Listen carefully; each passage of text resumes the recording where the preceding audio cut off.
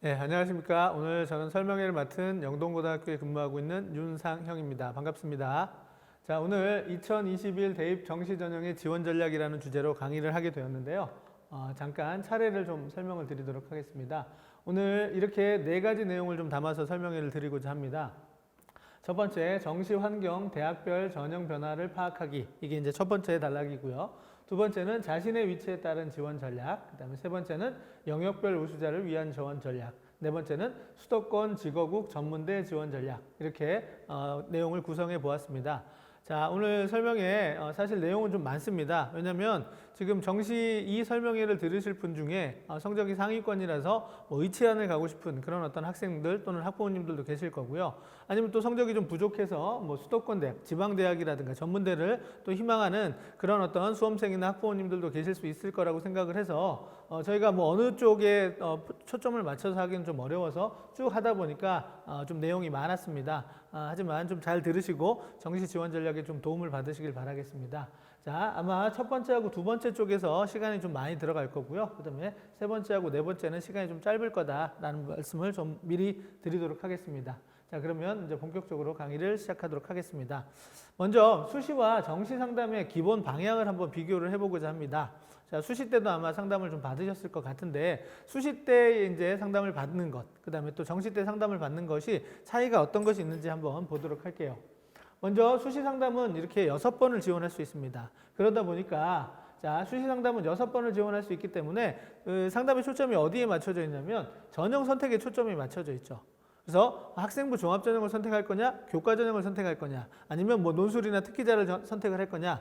그래서 우리 학생에게 맞는 전형이 어떤 전형이냐라고 하는 그 전형 선택에 초점이 맞춰지고요. 그 다음에 자, 6번을 지원할 수 있기 때문에 근데 그 6번이 정시처럼 가군, 나군, 다군 이렇게 세 군데로 분할되어 있는 것이 아니라 그냥 정시 기준으로 살펴드리자면 한 군이라고 보시면 되거든요. 그러니까 한 군에 6번을 지원할 수 있기 때문에 중요한 건 뭐냐면 지원 범위예요. 그러니까 어디서부터 어디까지를 내가 지원을 할 거냐라는 거죠. 그래서 뭐 연세대부터 건국대를 쓸 것이냐 아니면 연세대부터 중앙대까지만 쓸 것이냐라고 하는 그 지원 범위를 설정하는 게 수시 상담의 방향이다라고 말씀드릴 수 있겠습니다. 자, 그에 비해서 이제 정시는 아시다시피 3번 지원을 하게 돼 있습니다. 근데 그 3번 지원이라는 것이 아까 수시와 달리 한 군이 아니라 가군, 나군, 다군 이렇게 3번. 그러니까 각 군별로 한 번씩. 그래서 총 3번이거든요.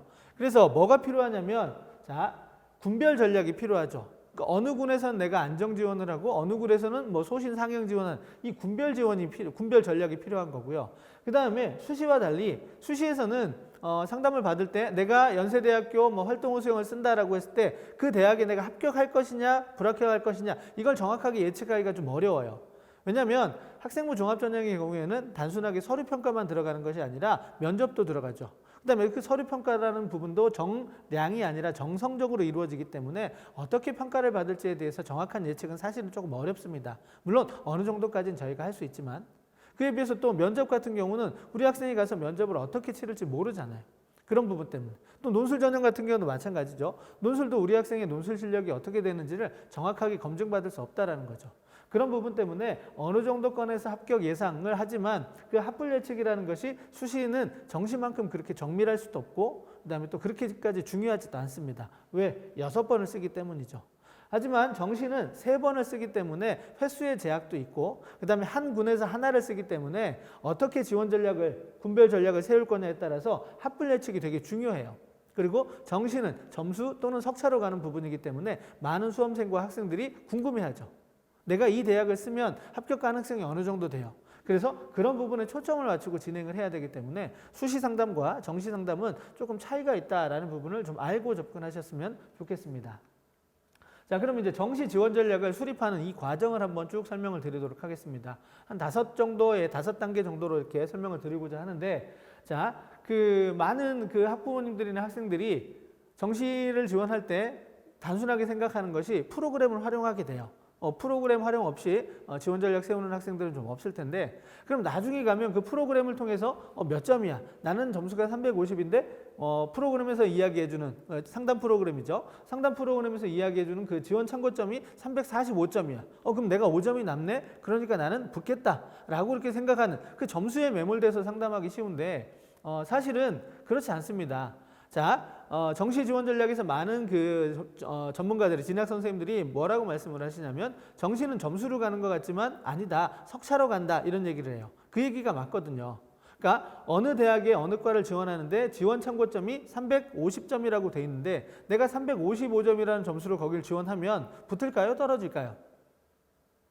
자, 답은 붙을 수도 있고 떨어질 수 있습니다. 그 이유는 뭐냐면 그 지원 참고점이 절대적인 게 아니라는 거죠. 그러니까 350이라는 지원 참고점을 보고 들어온 모집 인원이 10명이라면 자, 10명의 성적이 350보다 이상이면 355 이상이면 나는 떨어질 거예요. 그런데 355보다 아래쪽이면 나는 붙을 거예요. 그 말은 무슨 말이죠? 그 지원자들 중에서 내가 몇 등이냐에 따라서 학분이 결정이 된다는 겁니다. 그래서 그 석차를 아는 것이 중요한데 석차를 아는 것도 중요하고 그 다음에 군별로 내가 점수가 좀 모자라도 추가 합격을 할 수도 있는 이런 어떤 그 요지들도 있습니다. 그래서 단순하게 그 점수가 몇 점이냐 이런 어떤 프로그램의 그 수치상에 집중하지 마시고 그거보다는 전체적인 윤곽을 한번 살펴주시면 보이지 않는 점수를 또 저희가 찾을 수도 있고요. 어느 군에서 소신 지원하고 안정 지원하는 게 더 유리할지 이런 부분들도 나오게 됩니다. 그래서 그런 부분들을 먼저 쭉 한번 제가 정리를 해드릴 거예요. 그러고 난 다음에 우리 학생들의 그 점수대에 맞는 군별 지원 전략은 어떻게 세우는 게 좋을지 이런 부분들을 짚어드릴 텐데 그런 과정들을 한번 정리를 한번 해보도록 하겠습니다. 자, 첫 번째, 수능 영역별 응시 인원의 변화를 통해서 전체 합격선에 대한 예측을 한번 해보자. 자, 아마 수험생들은 다 아실 거예요. 올해 수험생 수가 한 5만 명 정도 줄었다는 거. 그러면 5만 명 줄었는데 정시 모집 인원은 어떻게 되느냐? 전년도와 비교했을 때 약간 늘었어요. 그 다음에 이번에 수능에 어떤 그 최저 기준을 맞추기가 좀 어렵다. 이런 얘기들이 좀 있죠. 그러다 보면 최저 기준을 맞추기 어렵다는 얘기는 뭐예요? 수시에서 정시로 이월될 수 있는 인원들이 조금 더 늘어날 수도 있다는 거죠. 뭐 실제로 이제 2월이는 발표가 돼봐야 되겠지만 그런 예측들이 있습니다. 그러면 무슨 말이냐? 결국은 전체 모집 인원은 비슷하거나 약간 늘어날 가능성이 있는데 지원할 수 있는, 경쟁할 수 있는 학생의 수가 줄어든다는 얘기죠. 그러면 당연히 뭐예요? 전년도에 비해서 합격선이 하락할 가능성이 있는 거죠. 이걸 모르고 전년도 입시 결과 그대로 참고해서 지원 전략을 세운다는 건 조금 아까울 수 있습니다. 그래서 그런 부분 때문에 수능 영역별 응시 인원의 변화를 통해서 전체 합격선에 대한 예측을 먼저 하는 것이 필요하겠고요. 두 번째, 대수능 점수 분석에 따른 특징, 그 다음에 그것의 영향력이 그룹별로 어떻게 미칠지 이런 부분들에 대한 것도 예측을 한번 해보실 필요가 있습니다. 자, 올해 이제 국어, 수학 중에서 국어, 수학, 탐구 중에서 탐구는 사실 일반화하기가 어렵죠. 과목별로 유불리가 다 발생하니까. 국어 같은 경우는 전년도보다 약간 지금 어렵게 사실 문제 자체는 그렇게 어렵지 않았지만 아이들이 받아들이는 체감 난이도가 높아서 어떻게 됐어요? 등급컷이 아래로 떨어졌습니다. 그러다 보니까 표점의 만점이 올라가게 되죠. 그러면 자, 자연계로 예를 들면 국어는 표점 만점에 143점, 수학 가형은 137점. 똑같이 만점을 맞았는데 6점의 차이가 나요. 이러면 아무리 수학의 반영 비율이 높다 하더라도 최상위권에서는 국어를 잘 본 친구들이 조금 더 유리할 수 있다는 거죠. 이런 부분들이 그 그룹이라고 제가 용어를 썼지만 점수대별이에요. 성적별로. 상위권 대학, 중위권 대학, 중하위권 대학 이런 대학들에게 어떤 영향을 미칠지 이런 부분들도 한번 따져보시고요. 그 다음에 세 번째, 자기 점수의 강약점에 대해서 정확하게 분석을 해야죠. 내가 국어를 잘했는지 수학을 잘했는지 그 다음에 표준 점수가 더 유리한지 아니면 백분위 반영이 더 유리한지 이런 것들도 좀 따져보는 것. 이게 이제 세 번째로 해야 될 일이고요. 그 다음에 네 번째, 그룹별 대학의 전형 특징. 내가 성균관대를 지원하고자 마음을 먹었으면 성균관대학교의 그 어떤 특징에 변화된 부분 이런 것들 살피는 거 필요하지만 단순히 성균관대만의 문제는 아니라는 거죠. 그러니까 성균관대를 지원할 때 비슷한 수준, 서강대라든가 한양대에서 변화가 일어났다면 그것이 성균관대에도 영향을 미칠 수 있다는 거예요. 그래서 모든 대학, 상위권 서울대부터 해가지고 지방에 있는 사립대까지 모든 대학의 특징을 다 알 필요는 없죠. 왜냐하면 우리 아이가 받은 점수는 한 점수이기 때문에 그 점수로 지원이 가능한 대학의 한 두세 개 또는 서너 개 이런 어떤 대학들의 특징은 묶어서 우리가 알아둘 필요가 있다는 거죠. 그래서 만약에 성균관대를 내가 지원하려고 하는데 서강대가 모집 인원이 막 200명 정도가 늘었어요. 성균관대는 변함이 없는데 그러면 성균관대 합격선에 영향을 줄 거냐? 당연히 주죠. 성균관대를 지원하는 학생들 중에서 서강대로 빠져나가면 성균관대 입결이 떨어질 가능성이 있다는 겁니다. 그래서 정시 같은 경우는 사실 한 대학의 문제가 아니라 그 비슷한 점수의 대학을 이렇게 묶음으로 생각해서 그것이 하나의 전체 대학이다라고 생각을 하면서 지원 전략을 세우시는 게 좋을 것 같아요. 자, 이제 마지막 그룹별 모집 인원 분포에 따라서 군별 지원 조합.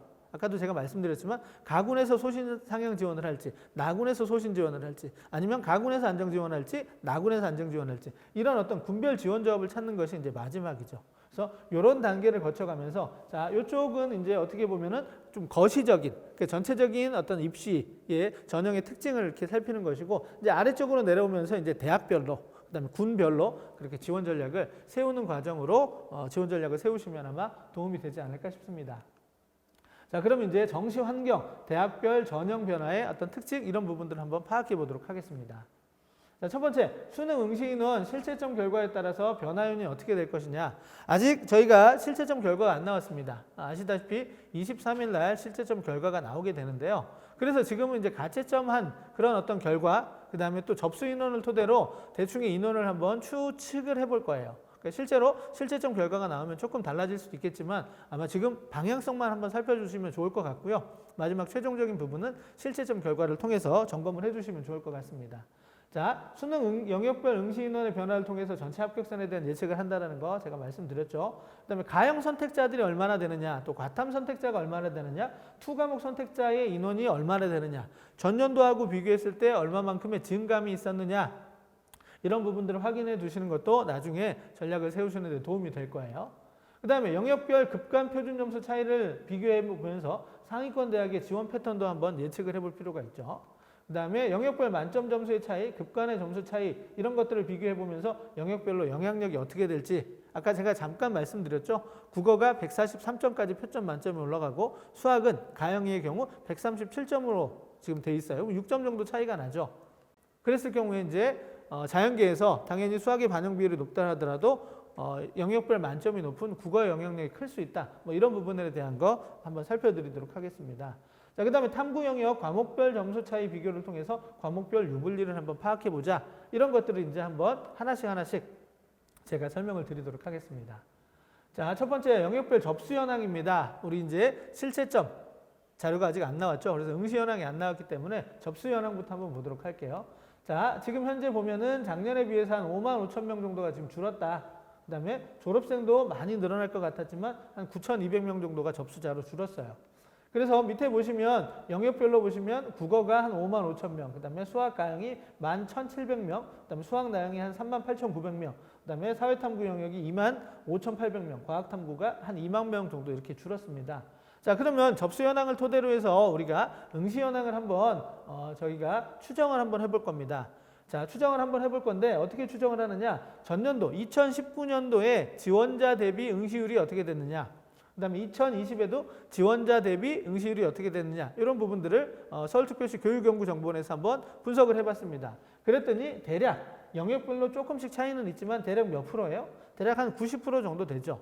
그러면 요 정도도 이제 올해 마찬가지로 2021 대입에서도 이 정도의 어떤 그 응시 인원이 나온다라고 가정을 하면 어떻게 될 거냐, 이렇게 이제 인원을 추정해 볼 수 있는 거죠. 물론 결시율이 조금 더 늘어났기 때문에 아마 이거보다 조금 더 줄어들 가능성이 있겠지만, 일단은 뭐 저희가 이 자료를 만들 때는 그 수능 보기 전에 만들었기 때문에 일단은 요걸 가지고 가정을 해보면 대략적으로 어떻게 될 거냐, 국어 쪽에서 한 5만 1,000명 정도 감소할 거라고 예상이 되고요. 수학에서는 지금 1,600명 정도, 수학 가형이죠. 그 다음에 과학탐구 17,800명, 그 다음에 사회탐구 2만 명. 자, 이렇게 되면 여기서 수학 가형이 줄어든 것은, 자연계는 수학 가형 선택자가 있고 나형 선택자가 있을 수 있죠. 그래서 수학 가형 지정대학에 영향을 미칠 거예요. 그 다음에 과학탐구 요 17,800명은 자연계 전체의 감소 인원이다, 이렇게 보실 수 있고요. 사회탐구 2만 명, 2만 500명 정도 되는 인원은 인문계의 아이들이, 인문계의 감소폭이 대부분이라고 할 수 있지만 이 중에서 뭐도 들어갈 수 있죠? 예체능의 학생이 좀 줄어든 이런 부분들도 좀 보실 수 있습니다. 그래서 인문계, 자연계, 그 다음에 수학, 가형, 지정 선택자들의 감소폭이 저렇게 된다라는 것을 좀 기억해 주시면 좋을 것 같습니다. 작년에는 사실은 인문계 쪽보다 자연계 쪽이 훨씬 더 많이 감소를 했었어요. 근데 올해는 지금 자연계보다 인문계 학생들이 조금 더 많이 줄어든다라는 부분을 보실 수 있죠. 그러니까 나와 경쟁할 수 있는 인문계 학생들, 나와 경쟁할 수 있는 자연계 학생들, 나와 경쟁할 수 있는 수학 가형 선택자가 이만큼 줄어든다라는 건 모집 인원이 그대로 있거나 약간 늘어나 있는 상태에서 이런 부분들은 당연히 입시 결과에 영향을 미칠 수 있죠. 그러니까 이런 부분들을 좀 고려를 해보시라는 뜻으로 설명을 드립니다. 자, 두 번째, 이제 수능 응시 인원 감소에 따라서 지원 가능성이 어떻게 될 거냐. 당연히 입결이 내려갈 거다. 어느 정도 내려갈 거냐. 이렇게 이제 한번 역시 서울특별시 교육연구정보원에서 분석을 한번 했습니다. 그랬더니 지금 누적 백분위로 이렇게 조금씩 하락된 부분 보실 수 있죠. 인문계 같은 경우 뭐 서성안을 지원할 때 작년 같으면 2.79%, 하지만 올해는 3.04%. 그 다음에 자연계 쪽에서 건동홍수를 지원한다라고 했을 때 작년에는 15.6% 누적 비율이, 근데 지금 올해 같은 경우는 16.75 정도 이렇게 예상을 하고 있습니다. 그럼 등수로 보면 조금 더 쉽죠. 직관적으로. 서울대를 지원하려면 전국에서 인문계는 한 1000등 안에, 그 다음에 건동홍수를 지원한다면 한 2만 1000등 안에, 그 다음에 자연계열 같은 경우도 의대를 지원한다라고 했을 때는 지금 수도권 의대를 지원하려면 한 800등 정도, 그 다음에 건동홍숙대학을 한 서울소재 중위권 대학을 지원한다면 2만 4천 등 정도 안에 들면 지원할 수 있을 거다. 근데 이 석사를 그럼 어떻게 할 수 있느냐? 사실은 평가원에서 이걸 다 발표를 해주면 좋죠. 우리 학생의 점수는 어떻게 되느냐라는 것을 발표를 해주면 좋은데, 뭐 점수 조합이 여러 군데 나올 수 있잖아요. 또 영역별 반영 비율을 고려하면 또 달라질 수 있기 때문에 아마 이러저러한 이유 때문에 좀 어렵다라고 생각해서인지 발표를 안 하고 있습니다. 그래서 많은 기관들에서 자신들이 가지고 있는 표본을 토대로 해서 뭐를 하냐면 누적 백분위, 상위 누적이라고 하는 것을 발표를 해요. 그게 뭐 절대적일 일은 없어서 기관에 따라 조금씩 차이는 있지만 대충 저희가 위치를 가늠하는 데는 도움이 되죠. 그래서 그런 것들을 보면서 내가 상위 누적 몇 프로에 해당한다. 그럼 내가 어느 정도에 지원할 수 있다라는 걸 대충 추측하면서 내가 지원할 수 있는 범위를 잡아가는데 아마 이런 수치가 좀 도움이 되지 않을까 싶습니다. 자, 그 다음에 이제 가채점 분석한 내용을 한번 잠깐 살펴드리도록 하겠습니다. 요걸 통해서는 구간별 어떤 지원 패턴이나 이런 부분들의 변화가 있을 수 있는지 요걸 한번 살펴드리도록 할 텐데요. 자, 앞서 말씀드렸지만 국어는 표점 만점이 143점. 그러니까 국어에서 100점을 받은 친구가 맞을 수 있는 표준 점수가 143점입니다. 뭐 아시겠지만 원점수로 저희가 대학을 가진 않죠. 표준 점수라든가 백분위 또는 대학에 따라서 발표하는 변환 표준 점수 이런 것들로 점수를 바꿔서 진학을 하기 때문에 원점수는 의미가 없습니다. 그러니까 원점수를 머릿속에 담아두고 있는 친구들은 나중에 내가 특히 사회, 탐구, 과학 탐구 이런 쪽에서 시험을 잘 본 친구들은 나중에 내가 원점수는 괜찮았는데 왜 대학을 잘 못 가지? 이렇게 약간 의아할 수 있습니다. 그래서 이제 원점수는 수능 성적표를 받는 순간 기억에서 지우는 게 편하죠. 그것 왜 그런지 조금 이따 설명을 드리도록 할게요. 자, 국어는 만점을 맞으면 143점, 수학 가형은 만점을 맞으면 137점, 그 다음에 수학 나형은 만점을 맞았을 경우 140점 이렇게 됩니다. 자, 그 다음에 그러면 만점에서 1등급까지의 그런 어떤 급간의 차이를 보면 이렇게 12칸, 7칸, 10칸 이렇게 되죠. 그럼 이제 1등급에서 2등급까지의 거리. 그러니까 1등급은 100분위로 96이죠. 2등급은 89입니다. 그 사이에 있는 그 구간은 어떻게 되느냐? 6점, 6점, 3점 이렇게 차이가 나요.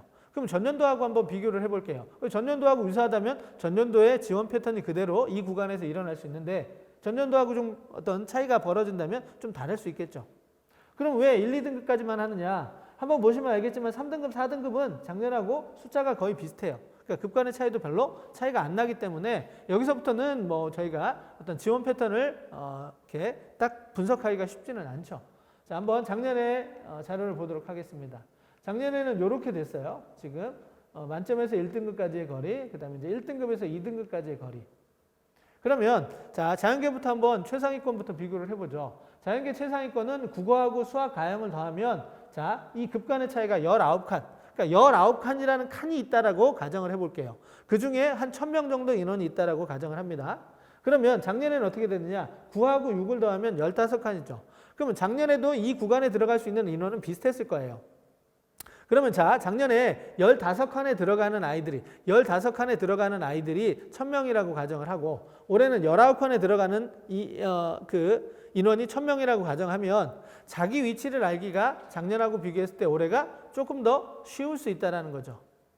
무슨 말이냐면 자, 10명 안에 그러니까 그 15칸 안에 1000명을 이렇게 석차를 쭉 이렇게 배분하는 거하고 그다음에 19칸 안에 석차를 쭉 이렇게 배분하는 건 당연히 19칸 안에 배분하는 것이 자기 위치를 알기가 조금 더 쉽죠. 그래서 상위권 대학의 학생들은 이과 상위권은 작년보다 자기 위치를 알 수 있는 가능성이 조금 더 크다. 그러면 조금은 더 소신 지원할 가능성이 있다라고 이렇게 짐작을 한번 해볼 수 있습니다. 자, 인문계 쪽은 어떻게 되느냐? 자, 9하고 14를 더하니까 23칸이에요. 그런데 저쪽에 12하고 10을 더하니까 22칸이죠. 그럼 작년하고 올해하고 그 구간의 차이, 그 급간의 차이가 그렇게 달라지지 않았습니다. 그럼 작년하고 올해하고 물론 수험생 수의 차이가 영향을 줄 수 있죠. 수험생 수가 줄어들기 때문에 저 구간에 들어가는 학생 수도 조금은 더 줄어들게 됩니다. 뭐 그 정도를 고려한다면 작년보다 나은 환경이라고 할 수 있지만 어쨌든 작년하고 비슷한 패턴으로 지원 전략을 세울 가능성이 높다 이렇게 생각해 볼 수 있습니다. 자, 1등급에서 2등급 사이는 자, 국어하고 수학, 자연계 쪽은 12칸이었고요. 작년에도 12칸 똑같습니다. 자, 그런데 인문계 쪽을 보면 국어하고 수학 나를 비교해 보면 6하고 3이니까 9칸이에요. 올해는. 작년에는 6하고 7이었으니까 13칸이죠. 자, 무슨 말이냐? 13칸에 동일한 인원이 있었다가 지금 9칸으로 줄어들었기 때문에 당연히 이쪽 구간. 그러니까 인문계에서 1등급에서 2등급 사이에 있는 아이들은 작년들보다 자신의 위치를 알기가 조금 어려워졌다. 즉 좁은 간격 안에 들어가 있기 때문에 촘촘히, 그러니까 점수 차이가 조금 더 적게 날 가능성이 있다는 거죠. 그러니까 합불이 약간은 적은 점수 차이로 날 수도 있다. 경우에 따라서는 뒤집힐 수도 있다. 그러니까 점수를 많이 받은 아이가 학과를 잘못 선택해가지고 불합격할 수도 있는 그런 어떤 여지가 있을 수 있는 구간이다라는 것을 한번 생각해 보시라는 거죠. 자, 이런 것들은 이제 저희가 분석을 통해서 예측하는 것이기 때문에 실제로 지원자들이 이런 흐름대로 움직이느냐, 그건 아무도 모르는 일이죠. 하지만 저희가 이제 지원 전략을 세우기 위해서 하나씩 영향을 줄 수 있는 요소들을 저희가 분석을 한번 해보는 거죠. 그렇게 해서 이제 이런 부분들이 논리적으로 좀 타당하다라고 생각하면 수험생들이 지원 전략 세우실 때 참고하시면 좋을 거고요. 뭐 그렇지 않다면 그냥 점수에 따라서 지원을 하셔도 괜찮습니다. 그래서 그런 것들 좀 감안해 주시면 자연계 상위권은 작년보다 소신 지원할 가능성이 조금 더 있고요. 그 다음에 인문계 1, 2등급 아이들, 이 구간에 있는 아이들은 작년에 비해서 조금은 신중하게 지원을 하는 것이 필요하지 않나 이렇게 한번 생각을 해봤습니다. 자, 그 다음에 이제 영어 쪽 이야기를 하도록 하겠습니다. 영어 쪽 비율적으로 보면 작년하고 올해하고 비율을 했을 때 차이가 없습니다. 1등급도 2등급도 3, 4등급도 그렇게 큰 차이가 없죠. 그러니까 영어의 영향력이 작년하고 좀 비슷하다라고 생각하실 수 있어요. 언뜻. 그런데 잘 생각해 보면 영어의 1등급 비율이 중요한 것이 아니죠. 중요한 건 뭐예요? 1등급 인원이죠. 인원을 보면 작년하고 올해 쭉 뵀을 때 1등급도 2등급도 이렇게 47,000명, 19,500명 이렇게 많이 줄어들어요. 왜냐? 학령 인구가 줄어들었기 때문이죠. 그러면 전년도에 2등급을 맞았던 친구하고 올해 2등급을 맞았던 친구가 영어에서 불리함을 누가 더 가져갈 거냐라고 생각해 보면 작년이 더 불리했죠. 왜? 작년에 1등급 학생 수가 더 많았기 때문에. 근데 올해는 1등급이 그만큼 비율은 비슷하지만 4,700명이 줄었기 때문에 2등급이 조금 더 나을 수 있다는 거예요. 그래서 영어 2등급을 맞은 친구는 작년보다는 올해가 조금 더 좀 불리하다 이런 부분 좀 생각해 두시면 좋을 것 같습니다. 자, 그 다음에 탐구 한번 보도록 할게요. 자, 탐구 한국지리와 세계지를 선택한 친구는 만점을 맞으면 66, 65에 해당하는 표점을 받아요. 그에 비해서 정법이라든가 경제, 사문을 선택한 친구들은 70점이 넘게 받죠. 그러니까 쉽게 말해서 이 과목들은 어려운 과목, 저 과목은 좀 쉬운 과목이었죠. 그래서 어떤 과목을 선택했느냐에 따라서 지금 현재 표점에서 유불리를 안게 됩니다. 그러니까 지금 원점수를 기억하지 말라고 하는 이유가 여기 있거든요. 내가 한지나 세지를 선택해가지고 어떤 A 학생은 한지 세지를 선택하고 B 학생은 정법하고 경제를 선택했어요. 그래서 원점수가 똑같아요. 하지만 이 똑같은 원점수가 나중에 성적표를 받아보면 어떻게 해요? 표점에서 바뀝니다. 100분위에서도 바뀌어요. 그래서 저 친구 나하고 원점수로 똑같았는데 저 친구는 A 대학을 가는데 나는 왜 그 대학을 못 가지? 라는 의아함이 생길 수 있어요. 그래서 이런 어떤 그 과목 선택에 따라서 유불리가 발생할 수 있다. 그래서 중상위권 대학에서는 뭘 쓰느냐? 이런 대학의 표점을 그대로 쓰지 않고 100분위를 기준으로 해서 다시 한번 변환 표준 점수를 부여를 해줘요. 그래서 어느 정도 이런 과목 선택의 유불리를 보정을 해주는데 중위권 아래로 내려가면 그러니까 인서울의 끝자락에 있는 대학들과 수도권에 있는 대학 또 지방에 있는 대학들은 그런 변환 표준 점수를 쓰지 않습니다. 그럼 뭐예요? 자, 이렇게 정법이나 경제를 선택한 친구들은 사탐에서 높은 표준 점수를 받았고요. 100분위에서도 유리한 그런 어떤 점수 구조가 나올 거예요. 그래서 저런 과목들, 한지나 세지를 선택한 친구들은 표준 점수에서도 100분위에서도 나중에 낮은 점수를 받게 돼서 결국은 그걸 단순 점수로 반영하는, 단순 표점이나 단순 100분위를 반영하는 대학에 지원할 경우에는 원점수 대비 불리함을 안고 있다는 거 생각해 두셔야 될 것 같습니다. 자, 과학 쪽에서는 생원하고 지원을 선택한 친구들, 그 다음에 화투, 생투, 지투를 선택한 친구들은 70이 넘었어요. 그에 비해서 물리를 선택한 친구들은 66, 67. 그래서 조금 더 그러니까 물리가 쉽게 출제되고 이렇게 지금 파란 박스 안에 들어있는 과목들은 조금 어렵게 출제가 됐죠. 여기서도 이제 유불리가 발생할 수 있다는 거 말씀을 드리겠습니다. 자, 좀 더 그 유불리를 저희가 수치로 좀 보여드리면 이렇게 원점수가 똑같이 45점이에요. 그런데 사회문화를 선택하면 표점에서 67점을 받지만 세계지를 선택하면 61점. 그래서 6점의 차이가 나죠. 백분위 쪽을 보니까 어떻게 됐어요? 자, 사회문화를 선택하면 97. 그런데 백분위 세계지를 선택하면 81. 16점 차이가 나죠. 그러니까 뭐예요? 표점은 표점도 백분위도 다 불리하지만 백분위는 훨씬 더 불리하죠. 아래쪽 구간에서 보면은 어떻게 돼요? 백분위 차이가 조금 더 벌어지죠. 자, 과학 쪽도 마찬가지입니다. 동일한 원점수의 과목 선택에 따라서 표점과 백분위가 이만큼 차이가 난다는 거. 그래서 이런 부분들 나중에 점수를 받게 되면 원점수에서 같은 원점수였지만 과목 선택에 대해서 표점에 차이가 난다. 또 백분위에 차이가 난다. 이런 부분 좀 기억해 두시면 좋을 것 같습니다. 자, 자연계 응시자가 어떻게 얼마나 감소를 하느냐. 자, 작년에는 14,600명 정도가 가형 선택자가 줄었어요. 그리고 3만 명 정도가 이제 자연계 전체가 줄었었죠. 인문계는 14,000명 정도 줄었었어요. 그런데 올해는 어떻게 되느냐? 아까 보여드렸죠? 한 10,000명 정도 가형에서 줄어들게 되고 자연계에서 17,800명. 작년보단 자연계 감소폭은 줄어들었죠. 그 다음에 인문계가 오히려 지금 6,000명 정도가 조금 더 많이 감소한 그런 것으로 지금 접수가 되었습니다. 자, 대학별 정시 전형 변경사항에 대한 이해 이런 것들도 이제 따져보셔야 되죠. 대학에서 모집군이 이동한 건 없는지 그런 것들 한번 따져보시고요.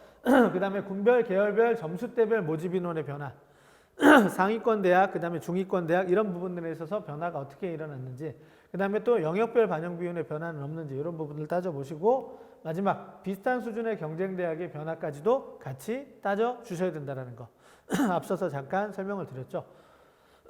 죄송합니다. 지금 여기가 좀 건조해서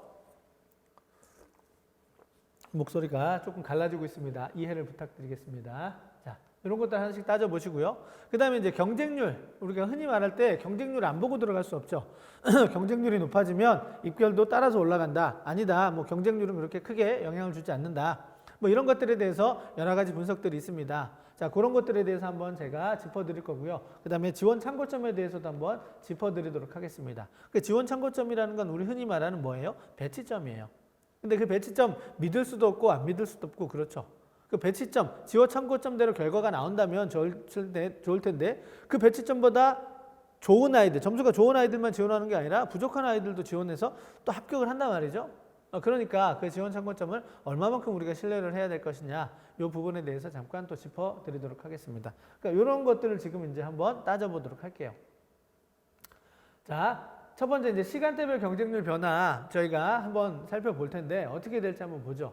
자, 여기 위에 노란 선에 있는 이 구간에 있는 이 모집 단위들은 자, D-Day가 원서 접수 마감일이죠. 원서 접수 마감일에 오후까지 오후 보통 2시나 3시쯤에 최종 결과를 발표하게 돼요. 그 경쟁률을. 그리고 그 다음부터 마감 때까지는 경쟁률을 발표를 하지 않죠. 그래서 그걸 보고 이제 저희가 지원하게 되는데 그때까지 1대1이 넘지 않았던 이런 모집 단위들이에요. 그랬는데 그리고 요 밑에는 어떻게 되느냐. 자, 그때 이미 2대1이 넘고 어느 모집 단위는 3.8대 4대1까지 갔던 그러니까 원서 접수 마감일 오후까지 경쟁률이 되게 낮았던 모집 단위, 그 다음에 되게 높았던 모집 단위를 한번 비교를 해보니까 실제 결과가 어떻게 되느냐. 낮았던 모집 단위에는 지금 이렇게 막 올라갔어요. 그래서 10대1, 11.5대1까지 올라갑니다. 그런데 그때 오후의 경쟁률이 비교적 높았던 모집 단위들은 어떻게 됐어요? 거기에서 얼마만큼 많이 늘어나지는 않았죠. 자, 그러면 우리가 여기서 이제 생각해 볼 게 뭐냐라는 거죠. 자, 사람들의 심리예요. 이게 사실 심리를 읽어가는 과정이거든요. 정시 지원 전략이라고 하는 부분이. 자, 요렇게 보고 지금 이쪽 모집 단위에는 사람이 안 왔어 라고 생각하면 그러니까 내가 들어가야지 라고 생각하는 그런 심리가 있을 거고요. 자, 그래서 사람들이 많이 몰리지 않을까? 그러니까 난 지원하지 말아야지 라고 한 번 더 생각하는 그런 어떤 심리가 있을 겁니다. 자, 올해 이제 이 수십만의 수험생들이 어떤 심리를 움직일지 저는 모릅니다. 그걸 알면 제가 신에 가깝겠죠. 그러니까 어떻게 될지 모르지만 전년도에는 이렇게 일반화시킬 수는 없으나 단순하게 생각하는 것들이 조금 많다라는 거죠. 딱 봤을 때 모집이나 경쟁률이 좀 낮으면 막 지원을 하고 높으면 좀 피하는 이런 어떤 흐름들이 조금 있지 않나. 이게 이제 뭐 대학에 따라서 또 일관되지는 않았겠지만 이런 것들 참고하셔가지고 경쟁률 나중에 보실 때 이렇게 된 경우에는 많이 몰릴 수도 있다. 그때 한번 뭐 피해 보시는 것도 나름 전략이 될 수는 있죠. 그러니까 지금 제가 설명을 드리는 것들은 하나하나 이제 사례 또 고려할 요인들을 이렇게 설명을 드리는데 뭐 절대화하거나 일반화할 수 있는 그런 부분들은 아닙니다. 그게 쉽지는 않죠. 그렇다고 저희가 분석을 안 할 수는 없기 때문에 분석을 해보면 이걸 가지고 이제 지금 설명회를 들으시는 수험생들이나 아니면 학부모님들이 하나씩 따져보고 인정할 건 인정하고 취할 건 취하고 또 버릴 건 버리면서 지원 전략 자신에게 맞는 걸 채워가시는 게 필요하죠. 그래서 이런 경우 경쟁률이 오후까지 낮았던 모집 단위는 상당히 많이 올라가지만 제법 들어왔던 데는 많이 올라가진 않는다. 이런 것들 우리가 한번 생각해 볼 수 있고요. 그러면 요때 지금 노문과하고 불문과가 갑자기 막 올랐죠. 0.7, 0.8이었다가 8대1, 그다음에 뭐 11.5, 10.1대 이렇게 올라갔네요. 그러니까 이렇게 갑자기 경쟁률이 튄 그런 모집 단위의 입시 결과는 어떻게 되느냐 이걸 한번 보도록 하겠습니다. 자, 여기 보시면 전년도하고 비교해도 지금 거의 막 3배 가까이 경쟁률이 올라갔습니다. 자, 그런데 입결 순위를 보니까 불문과는 전체 이 대학의 전체 모집 인문계 모집 그 단위 중에서 12위, 그다음에 논문과는 19위. 그러니까 입결이 저렇게 경쟁률이 많이 올라갔는데도 불구하고 많이 높아지지 않았다라는 거죠. 그 이유는 뭐예요? 아까 이것 때문이죠. 그러니까 마지막 눈치 싸움을 보면서 마지막에 소나기처럼 지원했던 지원자들은 입시 결과를 끌어올리는데 크게 영향을 미치지 않을 수도 있다라는 그런 것들을 우리가 한번 생각해 볼 수 있다라는 거죠. 그래서 마지막에 몰리는 거 그것이 그렇게 막 위험하진 않다. 뭐 이런 것들도 한번 생각해 볼 수 있어요.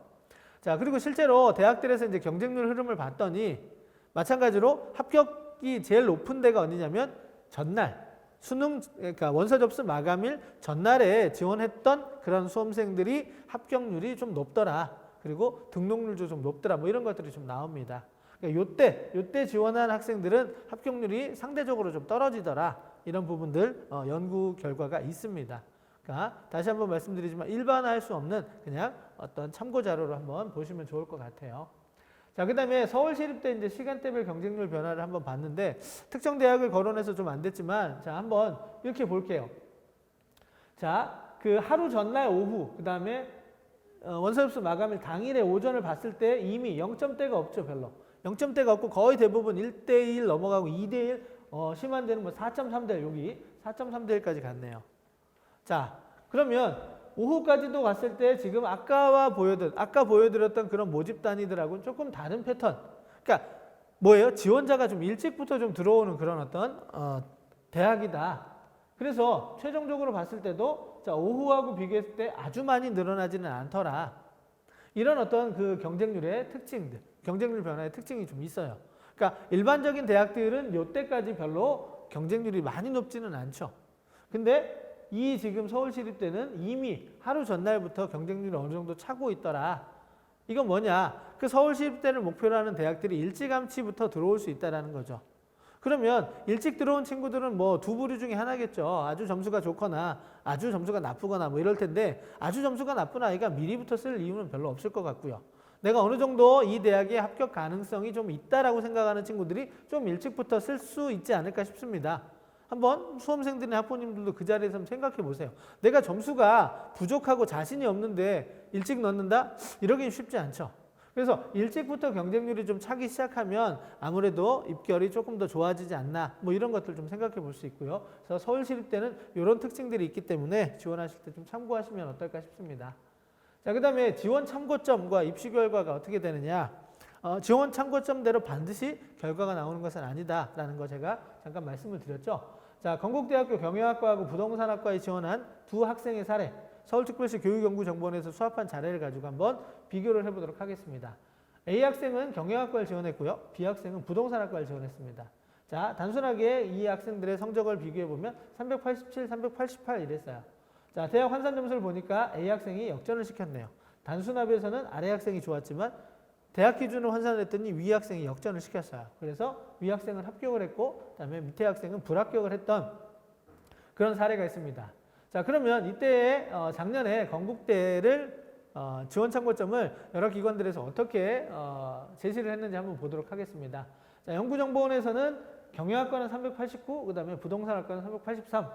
자, 어느 지금 기관을 보더라도 전부 다 뭐 5점에서 어느 정도 8점까지 이렇게 차이를 뒀습니다. 즉, 경영학과의 점수를 더 높게 평가를 했었죠. 자, 그랬는데 실제로 일어난 그 건국대의 합격자 결과, 이거 대학에서 발표한 자료를 한번 보죠. 어떻게 됐어요? 경영학과하고 부동산학과가 합격한 학생들의 100분위 성적이 92.7, 92.6으로 거의 같았어요. 그 다음에 충원율을 비교해보니까 이쪽은 76.5%, 이쪽은 42.8%. 거기다가 모집인원은 경영학과가 68명이죠. 부동산학과는 16명이에요. 그러면 모집인원이 저렇게 많고 충원율이 2배 가까이 높았다면 당연히 평균점에서부터 쭉 이렇게 밑으로 내려가서 뭐예요? 끝자락에 있는 이 커트라인이라고 하는 부분은 더 밑까지 내려갔을 가능성도 있죠. 물론 이것도 추측이에요. 그 결과를 저희가 확인할 수 있는 부분은 아니니까. 즉, 제가 드리고 싶은 말씀은 뭐냐? 부동산학과를 썼던 이 B학생이 만약에 경영학과를 썼었다면 부동산학과에서는 불합격하지만 경영학과에서는 합격을 했을 수도 있지 않을까, 이렇게 생각을 해보는 거죠. 그래서 이 그 지원 참고점이라고 하는 부분이 이렇게 돼 있다고 해서 결과값이 그렇게 반드시 나타나지는 않는다, 이런 부분들. 그래서 지원 참고점은 말 그대로 뭐다? 지원 참고점이다라는 것을 인식해 주시면 좋을 것 같아요. 그 다음에 실제로 이제 연구정보원에서 또 한번 분석을 해봤습니다. 대학에서 발표한 70% 합격선의 컷과 그 다음에 환산 참고점을 한번 비교를 해본 거죠. 자, 환산 참고점을 비교를 해봤더니 점수 차이가 이만큼 났어요. 자, 위쪽으로 보면은 뭐 18점, 14점 이렇게 10점 넘게 차이가 난 겁니다. 그러니까 안 맞은 거죠. 아래쪽을 보면 어떻게 됐어요? 차이가 이제 좁혀졌기 때문에 여기는 그래도 비교적 잘 맞은 거죠. 인문계 쪽이고요. 자, 자연계 쪽도 마찬가지로 이렇게 모집 단위에 따라서 잘 안 맞았던 모집 단위도 있고 잘 맞았던 모집 단위도 있어요. 근데 비교적 작년에 건국대는 조금 잘 안 맞았다. 배치점대로 사람들이 안 맞았다는 얘기는 뭐냐면 사람들이 그 지원 참고점을 보고 그대로 움직이지는 않았다라는 얘기겠죠. 뭐 조금 더 높였었거나 아니면 조금 더 낮췄었거나 이런 어떤 특징들을 보였다라는 거죠. 자, 그런데 이제 경희대를 한번 보도록 하겠습니다. 경희대 경우는 어떻게 돼요? 자, 물론 아까는 저 600대, 여기는 이제 500대니까 기준이 좀 다르긴 하지만 전체적으로 점수 차이가 그렇게 크지는 않죠.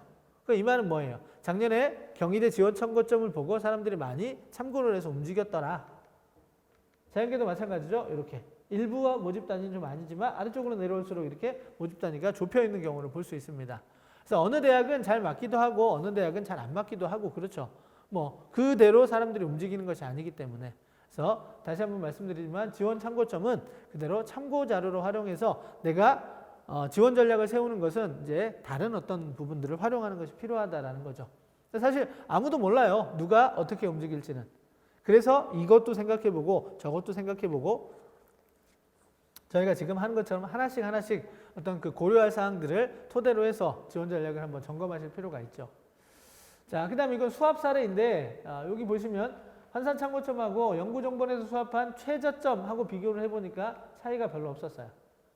그래서 이런 사례도 좀 있더라. 그러니까 이건 뭐냐면 그 지원 참고점을 보고 사람들이 지원을 했을 경우 어느 정도 맞는 그런 가능성도 좀 있더라라는 거 한번 사례로 좀 가져왔습니다. 자, 그 다음에 자신의 점수의 위치에 따라서 지원 전략을 세우는 거 이제 필요하죠.